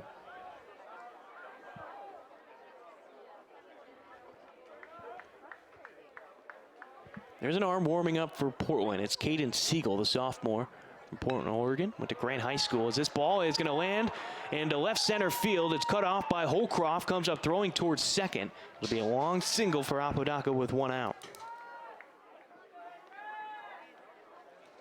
And that'll bring up Ezra Samperi. Catcher, number 15, Ezra Samperi. Samperi on the season's hitting 187. Yesterday, though, really brought up his stats. He went 3 for 3 so far today. He's 0 for 2 with a fly out to right field. And then he popped out to Zach Tolia in his last at bat, the 4th. Throw over to first, runner back safely. Well, the Gresham, Oregon product is hitting 237 overall in his career, but actually, when he comes down back to his home state, whether he's playing Oregon State, he's playing the Ducks, or he's playing the Pilots, he hits a whopping 375 in the state of Oregon. Man knows where he likes to play his ball as he falls behind 0-1.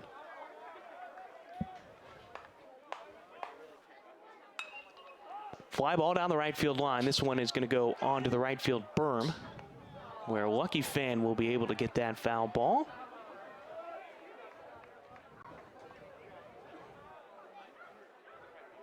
Lots of kids over on that berm today. Stadium, more packed than we've seen most of the time here at Joe Etzel Field, with the nice weather and a big-time conference matchup with the Bulldogs. It's also Bark in the Park days. You see a couple dogs over there on the right field berm. Here's the 0-2. Line drive over to Spencer Scott, and they did not double him up. Very close. Apodaca just got his hand back in there. So the line out to Spencer Scott makes it 2 away now. And that'll bring us back to the top of the lineup to Connor Cobalis, who's 0 for 2 with a walk today. He did come around to score thanks to that 3-run home run by Tommy Eisenstadt. But a very close play over at first, almost doubling up the Zags here in the top of the 6th.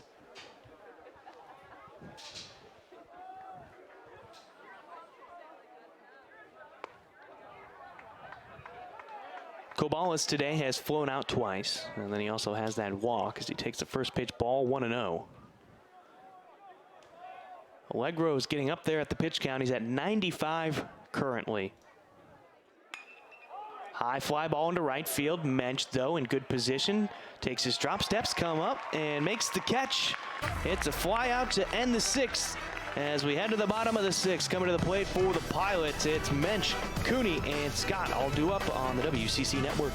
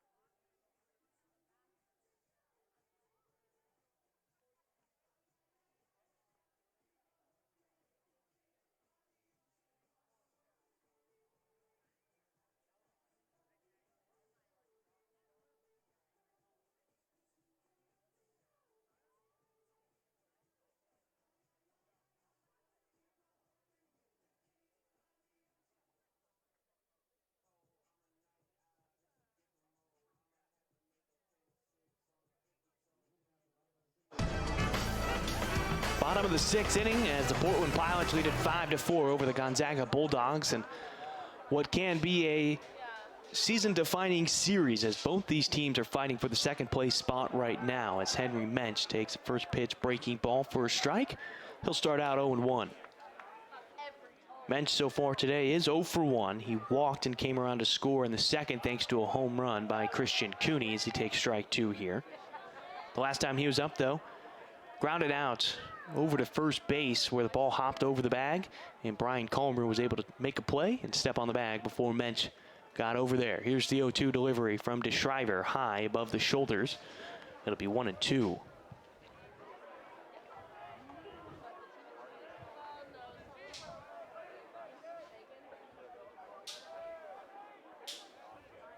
One, two. No chase from Mensch. He thought about it for a moment.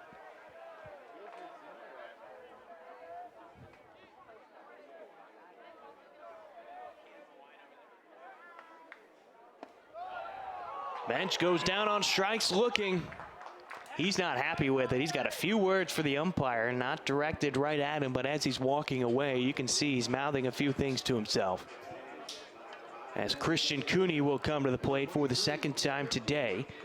Big hit the first time in the second inning. It was a 2-run home run, which made the score 3-1 in favor of Portland. And the last time he was up, though, left the bat on his shoulder and he struck out.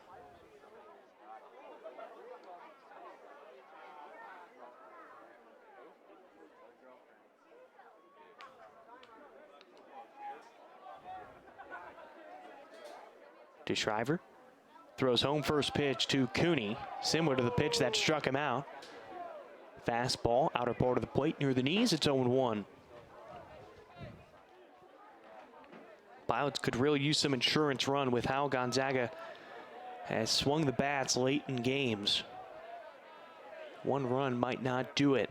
In fact, you'll probably see Dobmeyer make his way down to the bullpen sometime soon as the closer for Portland. As Cooney fouls off the next pitch into the net behind home plate.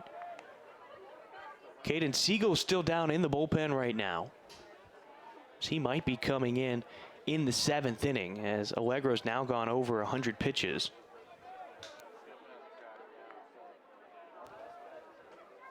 The 1-2 to Cooney. Fouls it behind us, out of play. We'll go back to the 1-2.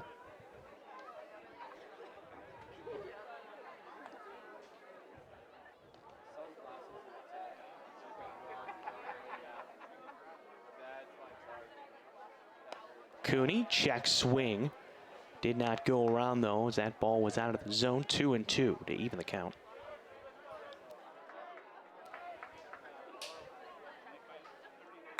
Cooney puts this ball into right field, and that one will drop right in front of Grayson Sterling. And so, second hit of the day for Christian Cooney. He goes 2 for 3, and a man is aboard now, and that'll bring up Spencer Scott. Cooney only 1 stolen base on the year through 25 games. Now he does have the speed.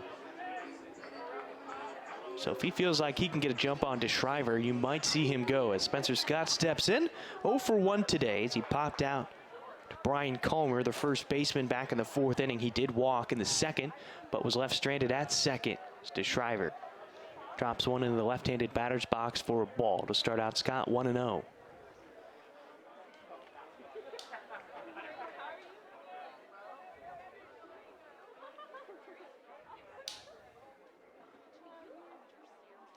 The 1-0. Cooney takes a secondary check swing from Scott, and he did go around. That'll be a strike, 1-1.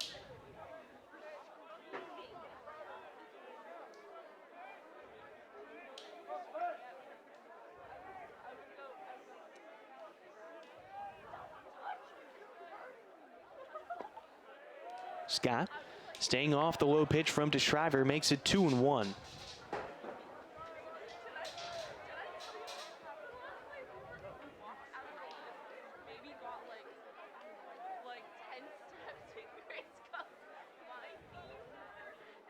Cooney's going for second. Stamperi up throwing and safe. Cooney got his hand underneath that tag before Pinales was able to put it down. It was close, but Cooney got there. The throw took Pinales sort of off the bag, and that has allowed that opening for Cooney to get his hand under there. There's also a ball called on Spencer Scott, so the count is now 3-1. Another look at it.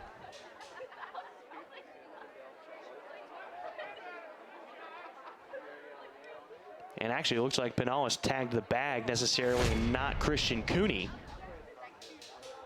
So the runner in scoring position, a base hit could add that insurance run. The 3-1 to Spencer Scott. To Shriver. Sets up on the third base side of the rubber. Looks back at Cooney. Comes home. Ground ball over to third. Taken in by McGee. Comes up throwing over to first in time. Scott is retired. Cooney stays put at second. And now we go back to the top of the lineup.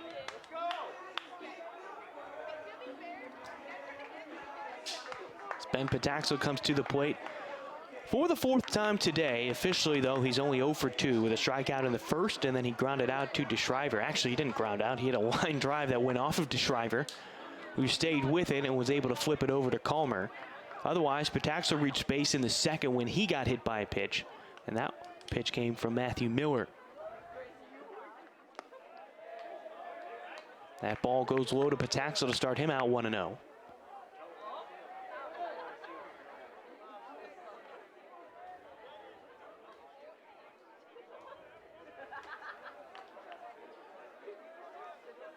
The 1-0 delivery. Make it 2-0 now. So it looked like that slider went off the plate.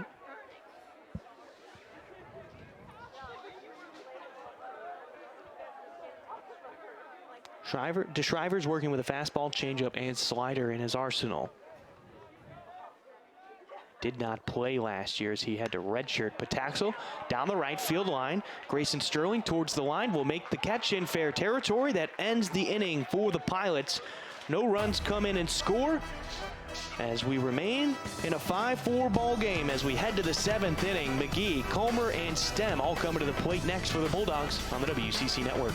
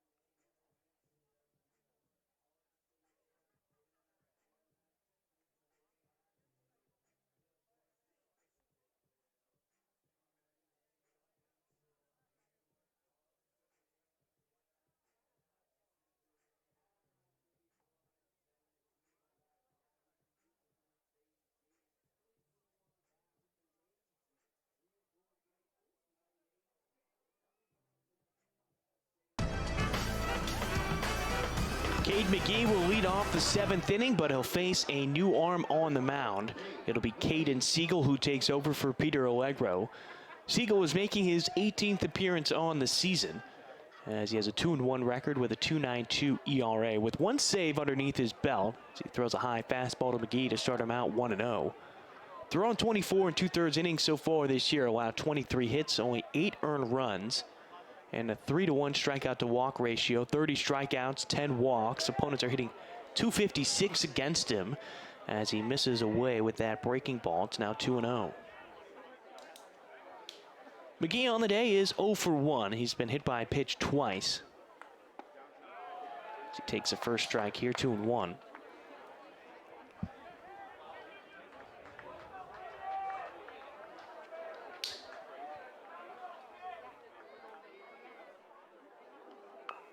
Check swing, that one goes off the bat. Klemp is going to stay with it because we've seen some weird stuff down that first baseline. Last year we saw a ball go off the end of the bat and what was about 10 feet into foul territory. There was so much rotation on that ball.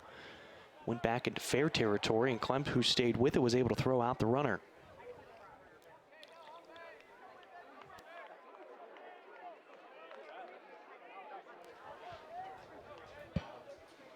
Two-two. McGee, big league pop-up here. Scavato gives chase over near the bullpen. Already made a great play, reaching over the fence. We'll go back to a 2-2 count.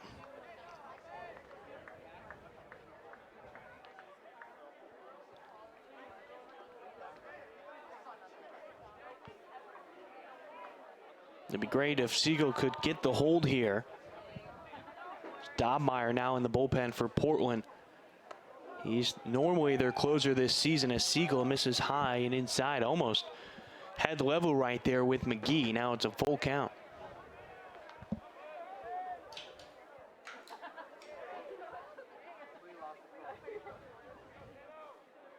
Three-two delivery.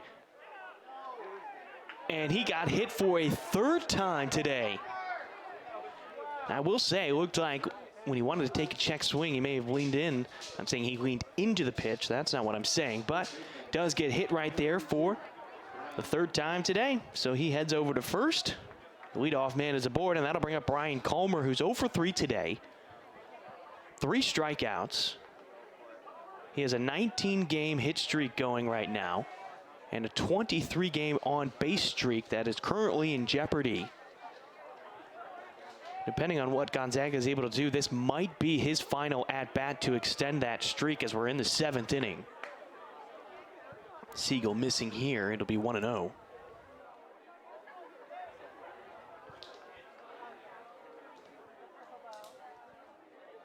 And now Coach Lambert is going to go out to the mound to go talk with his pitcher. He's only faced the one batter. He just came in for Allegro to start off this 7th inning. And Allegro, 6 innings of work on 91 pitches, gave up 5 hits, 4 earned runs, 5 strikeouts, and 3 walks with 2 hit batters. There you're getting a look at Jacob Dobmeyer. Dobmeyer with 6 saves on the season. As Coach Lambert still talking with Siegel, and I think the idea is to try to get him through this inning. That way Dobmeyer doesn't have to overly extend himself. If you can hold on to this win, you might be able to use Dobmeyer for tomorrow to close it out as well. As Lambert goes back to the dugout, no pitching change for Portland. But you have to think about it, it's going to become an arms game, especially if Portland is able to hold on to this lead and win this one. You know, second place is in the balance with the Sunday game. The 1-0. Make it 2-0 now.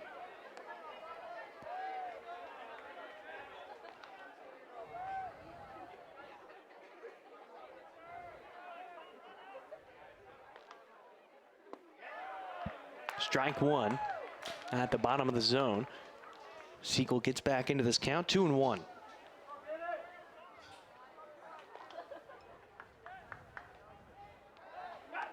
Throw over to first. Runner back safely in McGee.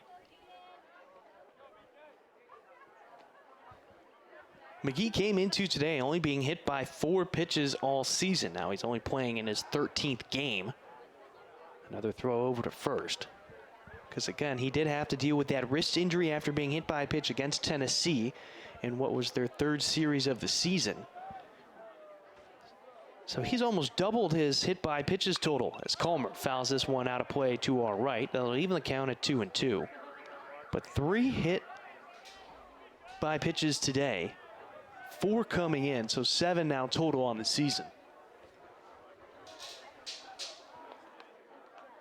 You get Siegel trying to catch McGee sleeping. He was about to take his lead off.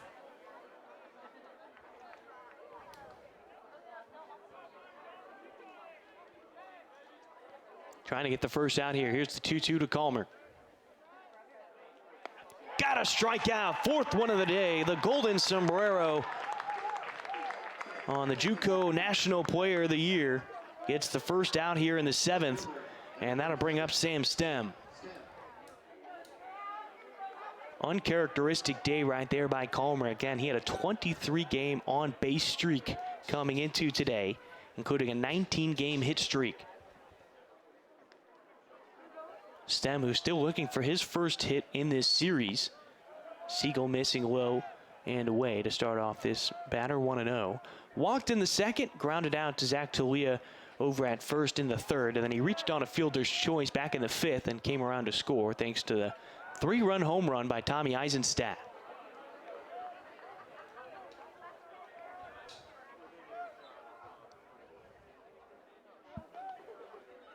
Eisenstadt, who's not really known as a home run hitter, more of a guy who hits for singles and into the gap, as this ball fouled off by Stem. Will make the count 1-1. But again, not a home run hitter. He's squares up the baseball, but more just getting base hits and collecting the hits out in the gaps. But so far in this series, he's hit his first 2 home runs of the season. Siegel throws, Stem will foul it back behind us, now falls behind in the count 1-2.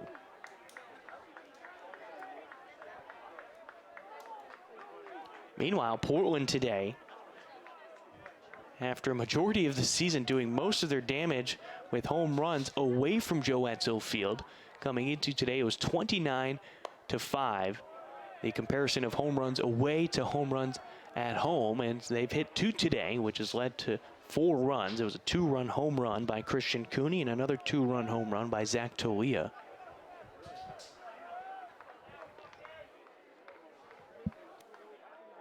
The 2-2 to Stem. Fastball goes above the letters and away from the left-handed bat. Full count now.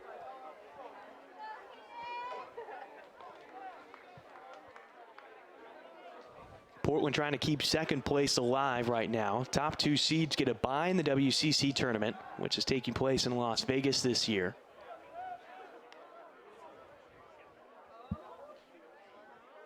And that's why these games are so important.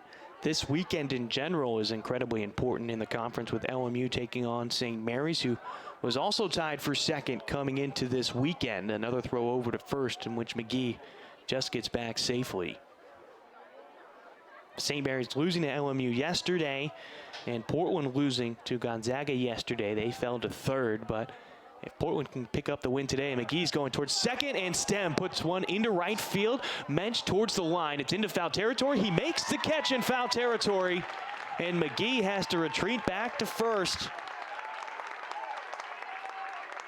Great play right there by Henry Mensch. He had to run a long way from his position or where he started out to making that catch in foul territory. Now there's 2 away. But now you've got Tommy Eisenstadt, who struck out 5 times already in this series, but he's also hit 2 home runs for 7 RBI.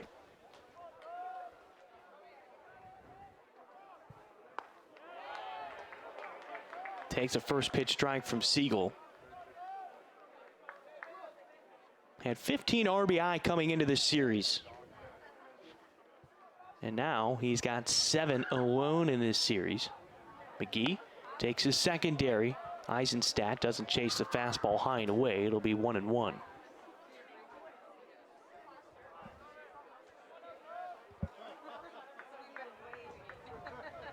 Now Gonzaga with the win. That'll stop their losing streak of series in conference. Here's a line drive into center field. Holcroft seems to get behind it with ease.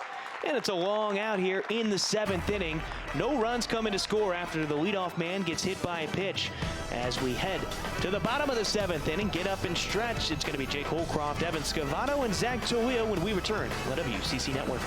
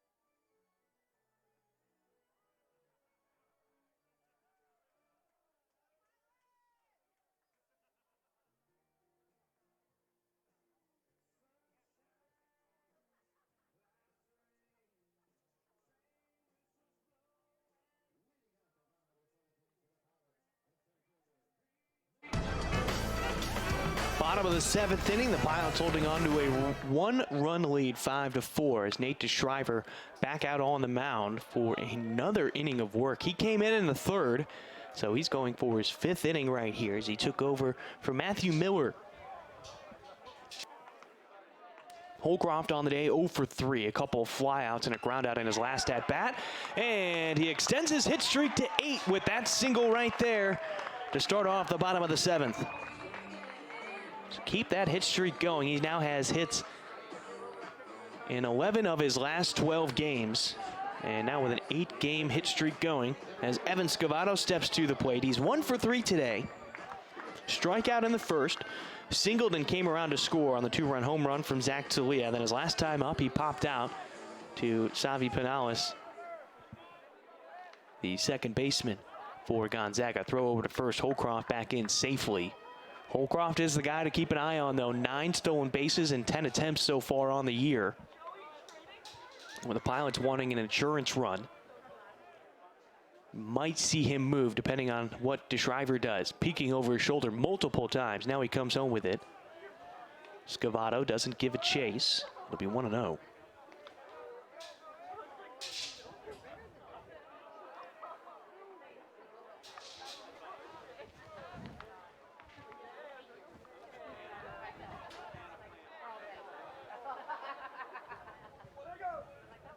Dobmeyer standing in the bullpen for Portland, but he's no longer throwing.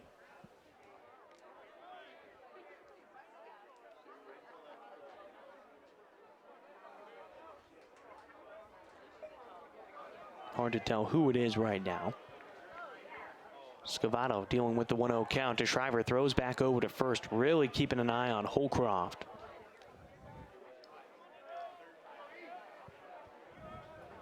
And there is an art to the pickoff move. Most people think it might be a wasted motion in the middle of a baseball game, but it's actually a way to create and deceive doubt in the runner's mind as DeShriver throws home, delivers a strike on the outer half of the plate. Scavato wanting an explanation of where that one was. It's now 1-1.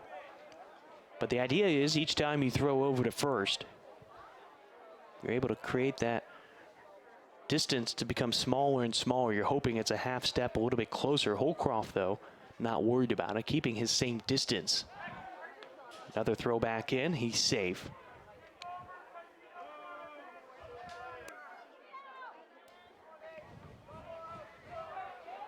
And you're going to see a couple more throws over to first, no doubt, because of this one-run ball game. Starting to hear some of the boos from the fans. They're looking for some action at the plate. Instead, they're getting these pickoff attempts over at first. Like I said, though, Holy not too surprised by the throwovers. Now he's going for second. Scavato swings, puts one in the air. Holcroft is going to have to go back. And Apodaca can't make the catch. It goes off of his glove. Holcroft is going towards second, and he's safe. They're saying that he was off the bag. Kobalas didn't have his foot there. And Apodaca is hurting. He is down on the ground in center field right now, and the trainer for the Bulldogs will go out. An incredibly difficult play right there. Scavato put one high in the air into shallow center field. Apodaca came far from his deep position, called off Connor Kobalas, and then the ball bounced off the glove of Apodaca. Here's the replay of it right here. You see how far he had to run for it, and it went off of his wrist, and he awkwardly landed on it. And you have to think that might be the issue. You see that Kobalas right there stepped on both sides of the bag. Had he kept his foot on, it would have been a force out of Holcroft. Now, we probably won't show that replay again, but Apodaca rolled up on his wrist after that diving attempt. And it looked like he fell hard on it, which is unfortunate. This is a kid that started every single game as a redshirt freshman last year. He started every single game so far this year out in center field, such a staple for the Bulldogs. He's slow to get up right now. Touching his wrist. Grayson Sterling is able to give him back his hat and glove, and it looks like Apodaca is going to go back out into center field, so you like to see that. Happy to see that he's not hurt after a play that really could have ended tragically for the center fielder. They're going to give Scavato a hit on that one. And I don't necessarily disagree with that because of how far Apodaca had to run and making a diving effort right there. Honestly, Cabales probably could have made an easier effort on that one, but Apodaca, being the captain of the outfield, making that call in shallow center field, it became his. So Zach Talia will now come to the plate with no outs, runners on first and second, and a terrific opportunity for the Pilots to add an insurance run. Talia squares to bunt, pulls it back on the fastball just above the knees, far side of the plate for a strike, 0-1. Pilots are fortunate though. Holcroft, he was stealing second when that ball got hit up in the air, basically got to the bag, realized he had to retreat, and then Apodaca not making the catch sort of created another panic for Holcroft, having to get to second to defeat the force out, in which he did thanks to Cabales' poor placement of his feet when receiving the throw from Savi Pinales. The 0-1 to Tolia. Ends up off the plate, far side from the right-handed bat. It'll be 1-1.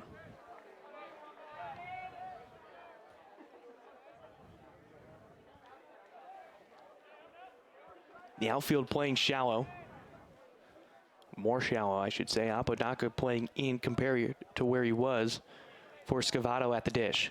Tolia lays off the low pitch on the slider. Good eye. It'll be called a ball. 2-1.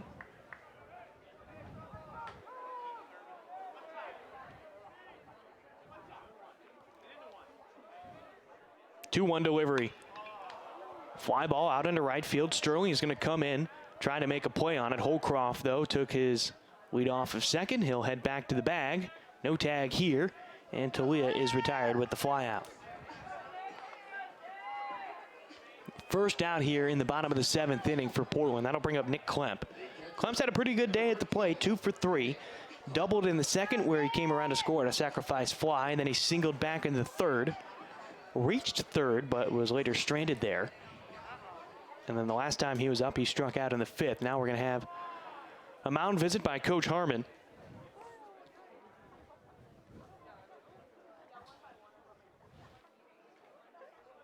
And with just the coach, catcher, and pitcher on the mound, I don't know if we'll see a pitching change right here, but more, how is he feeling?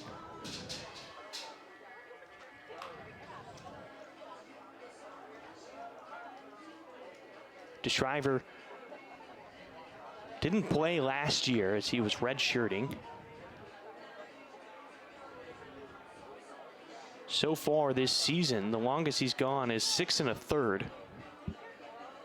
And right now he's gone through 5 1/3, which would be his second longest outing of the season so far. So you can understand why the visit from Coach Harmon, trying to see how his arm is doing in relief. DeShriver is at about 55 pitches right now.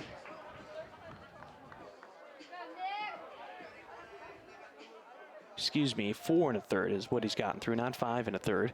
Took over at the top of the 3rd inning. Klemp turns on one. That's going to go down the left field line. Holcroft will score from second. Scavato gets to third. He's being waved around. 1 run is in Holcroft. Scavato is going to beat the throw home. A 2 RBI double for Nick Klemp. And the magical season continues for the catcher. Insurance runs for Portland, much needed, as they now lead 7-4. Klemp picking up his 3rd hit of the day. He now eclipses 52 hits on the year, and he now has 28 RBI after 2 runs come in after that one. Inside fastball that Klemp was able to turn on, and it didn't really bounce off the wall, so Stem had to go all the way to the corner to get to that one. And now with 1 out and another runner in scoring position, that brings up Briley Knight, who's 0 for 2 with a sacrifice fly RBI. Swings the first pitch, breaking ball, 0-1. There's the timely hit that Portland needed right there. Right side of the infield playing back. Pinales is in shallow right field with 9 at the plate. This one stayed high. Didn't break until after it got through the zone. It'll be 1-1 on Knight.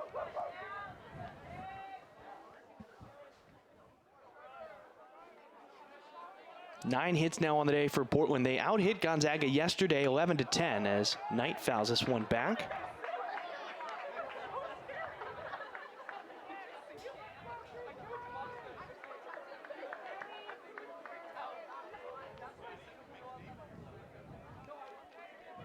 Portland needs to win this game to force a pivotal game 3, and who will win this series? The 1-2 delivery inside on Knight as he lifts his arms to get out of the way of that one. It's 2-2. Portland has not beaten Gonzaga since 2015. That was the last time they took a series against the Bulldogs. Bulldogs, though, meanwhile, are trying to avoid losing 3 straight WCC series since 2010. Knight taking ball 3 as it drops out of the zone. Full count now, 3-2. Coach Loomis hasn't had the chance to beat Gonzaga in his coaching career here on the Bluff. This would be a big series win, but it starts with today. You have to close out with this lead right now. Full count, walk issued to Briley Knight. He reaches base for the first time today. And that'll bring up Henry Mensch, who's 0 for 2 with a strikeout looking and a ground out over to first. He did reach base back in the second with a walk and came home thanks to Christian Cooney's home run.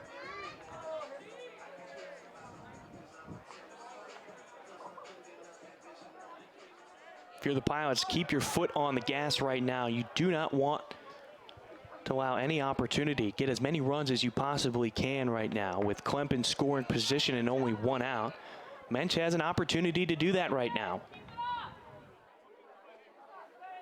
Mensch with 8 RBI on the season. Looking to get to double digits. Takes a strike there. It looked like a slider from DeShriver, 1-1.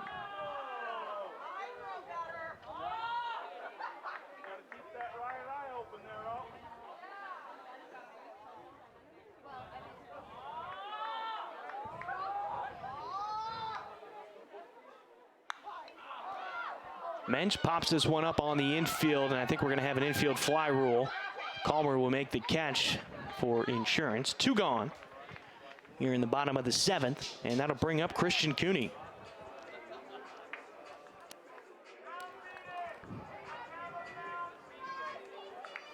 Cooney so far today is 2 for 3 with a 2-run home run in the second, and then he had a single back in the 6th with a stolen base as well.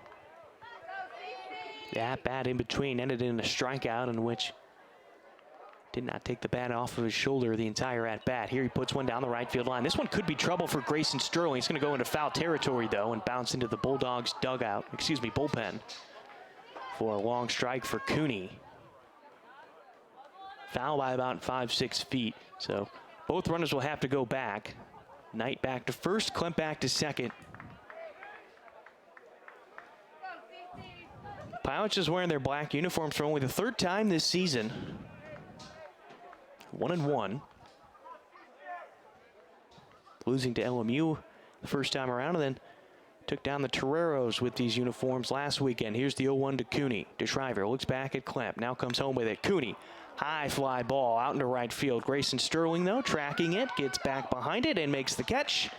And that ends the Pilot threat here in the 7th. 2 runs coming to score thanks to a 2 RBI double by Nick Klemp, and it's now 7-4 in favor of the Pilots. Grayson Sterling, Xavier Pinales, and Enzo Apodaca all coming up next on the WCC Network.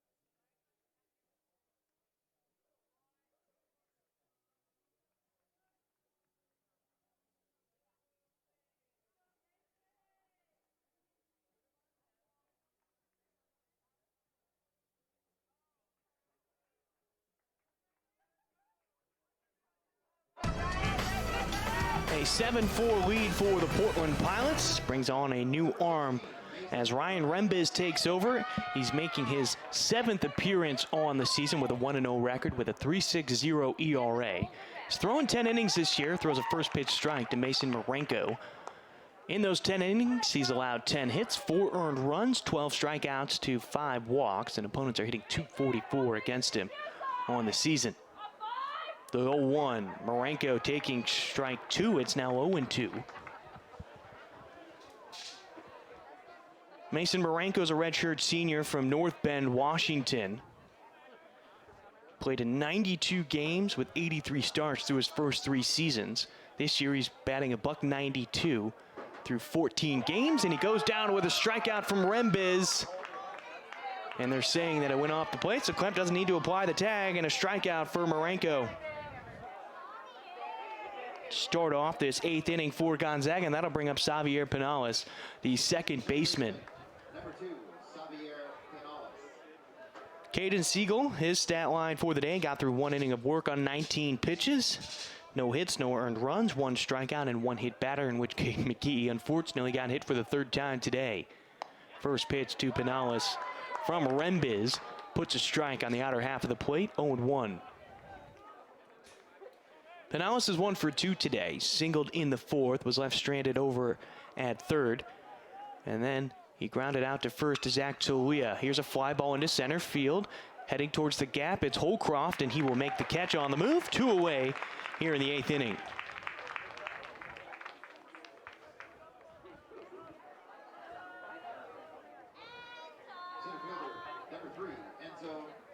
Enzo Apodaca now comes to the plate. He's been perfect so far, reaching base all 3 times. First via the walk in the 2nd, and then 2 singles, 1 in the 4th and 1 in the 7th.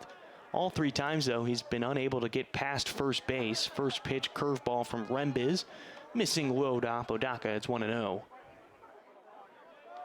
You like to see Apodaca still in the lineup after that scary moment on that dive in which he landed on his wrist.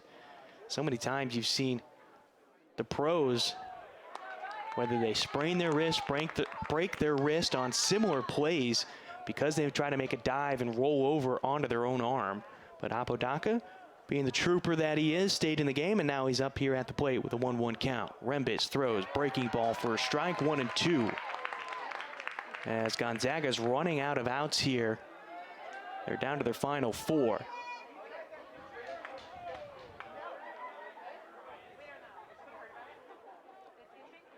Apodaca thought about it for a moment, kept the bat on his shoulder though. Good eye, makes it 2-2.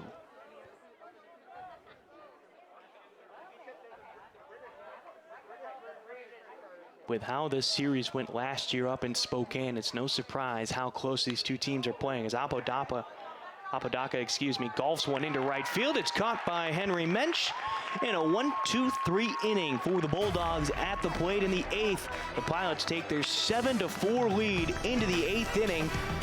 It's going to be Ty Saunders, Ben Pataxel, and Jake Holcroft when we return on the WCC Network.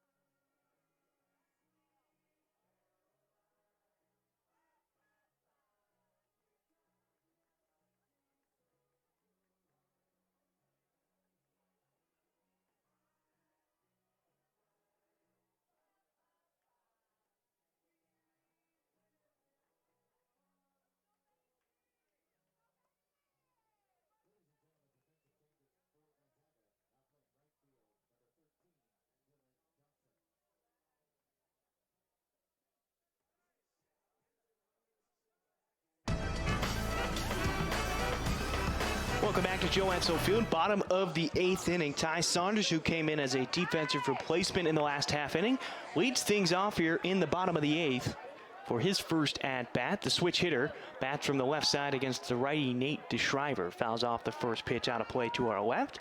He'll start out 0-1 in this at-bat. Saunders on the season as he plays in his 22nd game is batting .163 with 8 hits on the year. All 8 hits are via the single. Lifts this one into center field. Apodaca taking his drop steps, gets behind it, and there's one away to start off the 8th inning.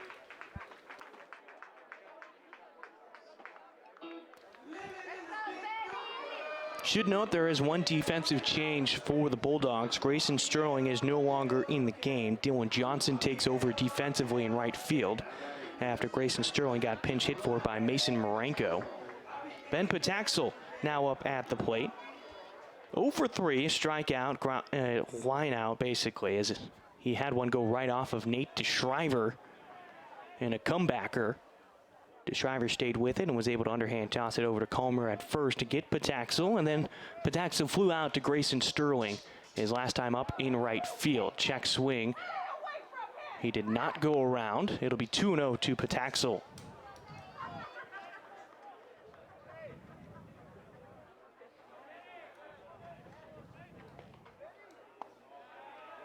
Pataxel taking his first strike of this at-bat. It'll be 2-1.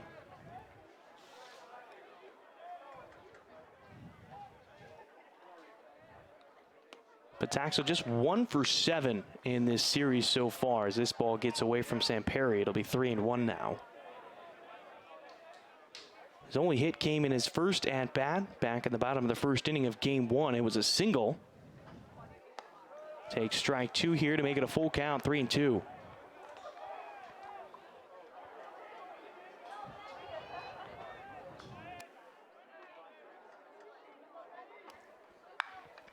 Pataxel gets it off the end of the bat and lines one over to Pinales over at second.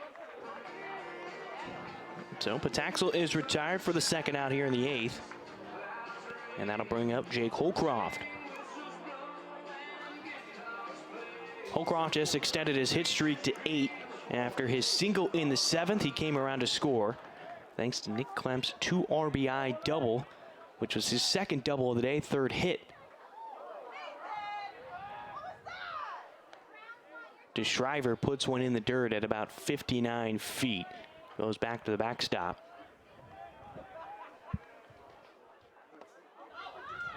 Another one bouncing in. And you have to wonder if DeShriver's getting a bit tired. His career-long outing is around 6 innings. He's now into his 5th inning of work. And that's 3 straight pitches that are low and inside to Holcroft, who's now on a 3-0 count.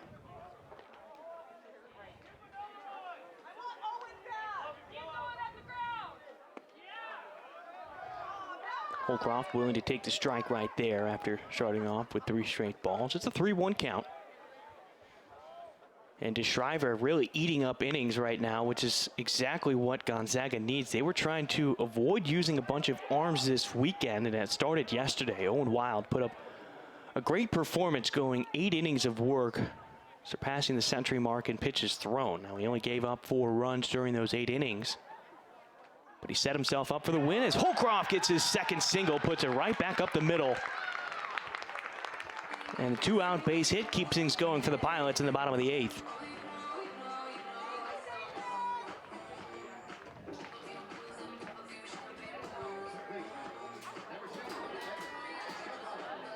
Evan Scavato stepping to the plate now. Scavato has 2 singles. Both time that he's gotten a base hit, he's come around to score. Now, the last one was a bit close, whether you call that a hit or an error, as Apodaca gave a diving effort in shallow center field and didn't come up with it. Here, Scavato starts out 1-0.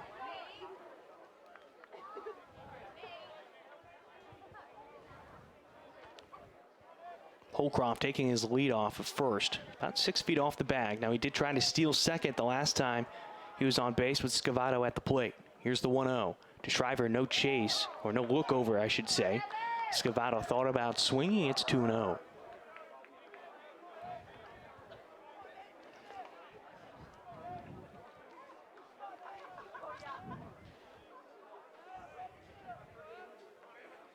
2-0 delivery. Scavato fouls it off. Back into the netting behind home plate. Makes it a 2-1 count.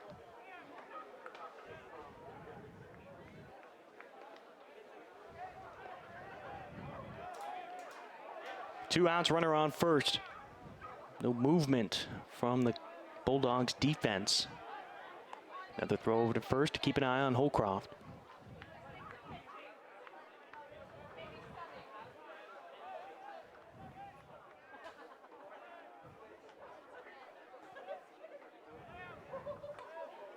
Pinellas will cover the bag at second if Holcroft goes to Shriver. Peeks over his shoulder 3 times. Make it 4 now. 5. He comes home with it finally to Scavato. A high fastball makes it 3-1. And he's on the verge of putting on another base runner. And that would put up Zach Tolia.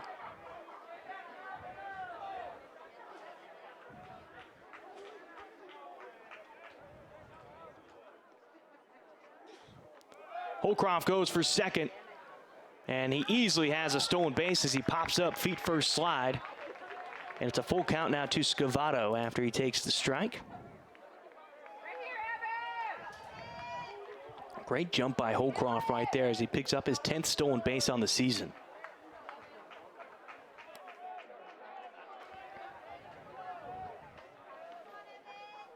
Back-to-back games with double-digit hits for Portland. 7 runs on 10 hits today.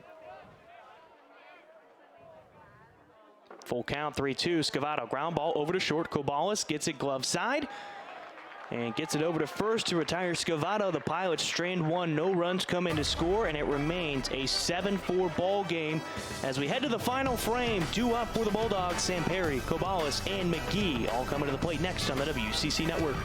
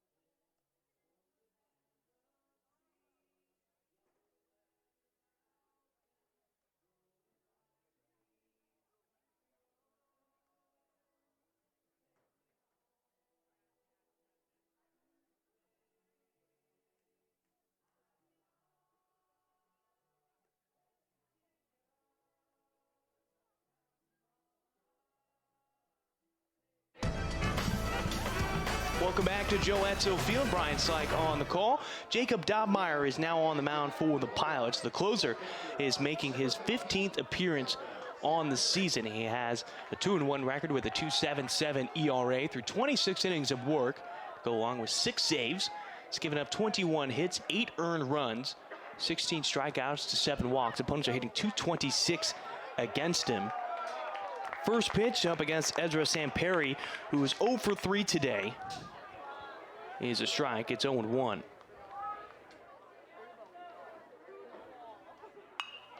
Ground ball back to Dobmeyer. He gloves it off the mound, and the underhand flip to Tolia gets the first out here in the 9th.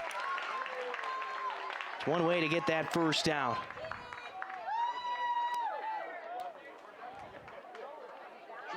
Now, in the last time that Dobmeyer took the mound, it was the Sunday game against San Diego, and his first blown save of the year. Of his 8 earned runs, 3 of them came in that outing alone. Now he goes up against Connor Cabales, who's 0 for 3 today with a walk. First pitch almost in the dirt. It's gloved by Klemp. It'll be 1-0. So Samperi, after going a perfect 3 for 3, reaching base 4 times yesterday, goes 0 for 4 today. Cabales taking a strike to even the count at 1-1.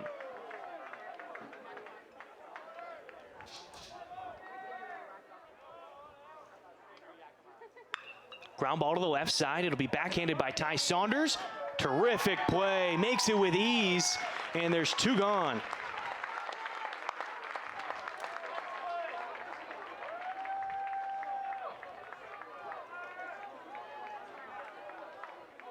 And that'll bring up Cade McGee, who's been a ball magnet today. He's reached base 3 times, all by being hit by a pitch.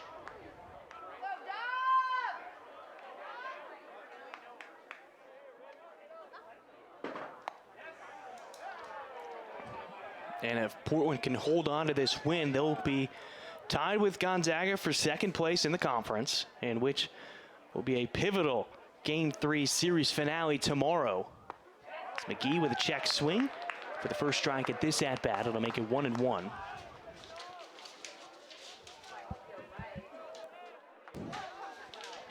That means the winner of Sunday's game will take sole possession of 2nd place. Check swing. Dobmeyer waits for it in front of the mound, and that'll do it. McGee is retired, and the Pilots take Game 2, 7-4.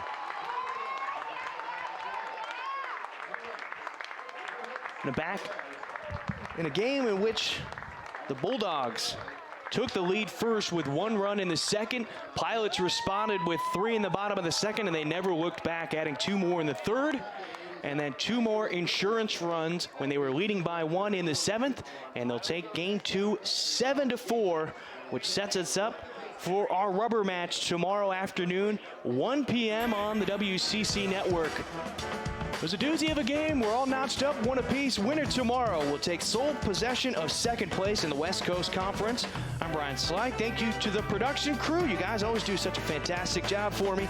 Until next time, we'll see you on the WCC network tomorrow.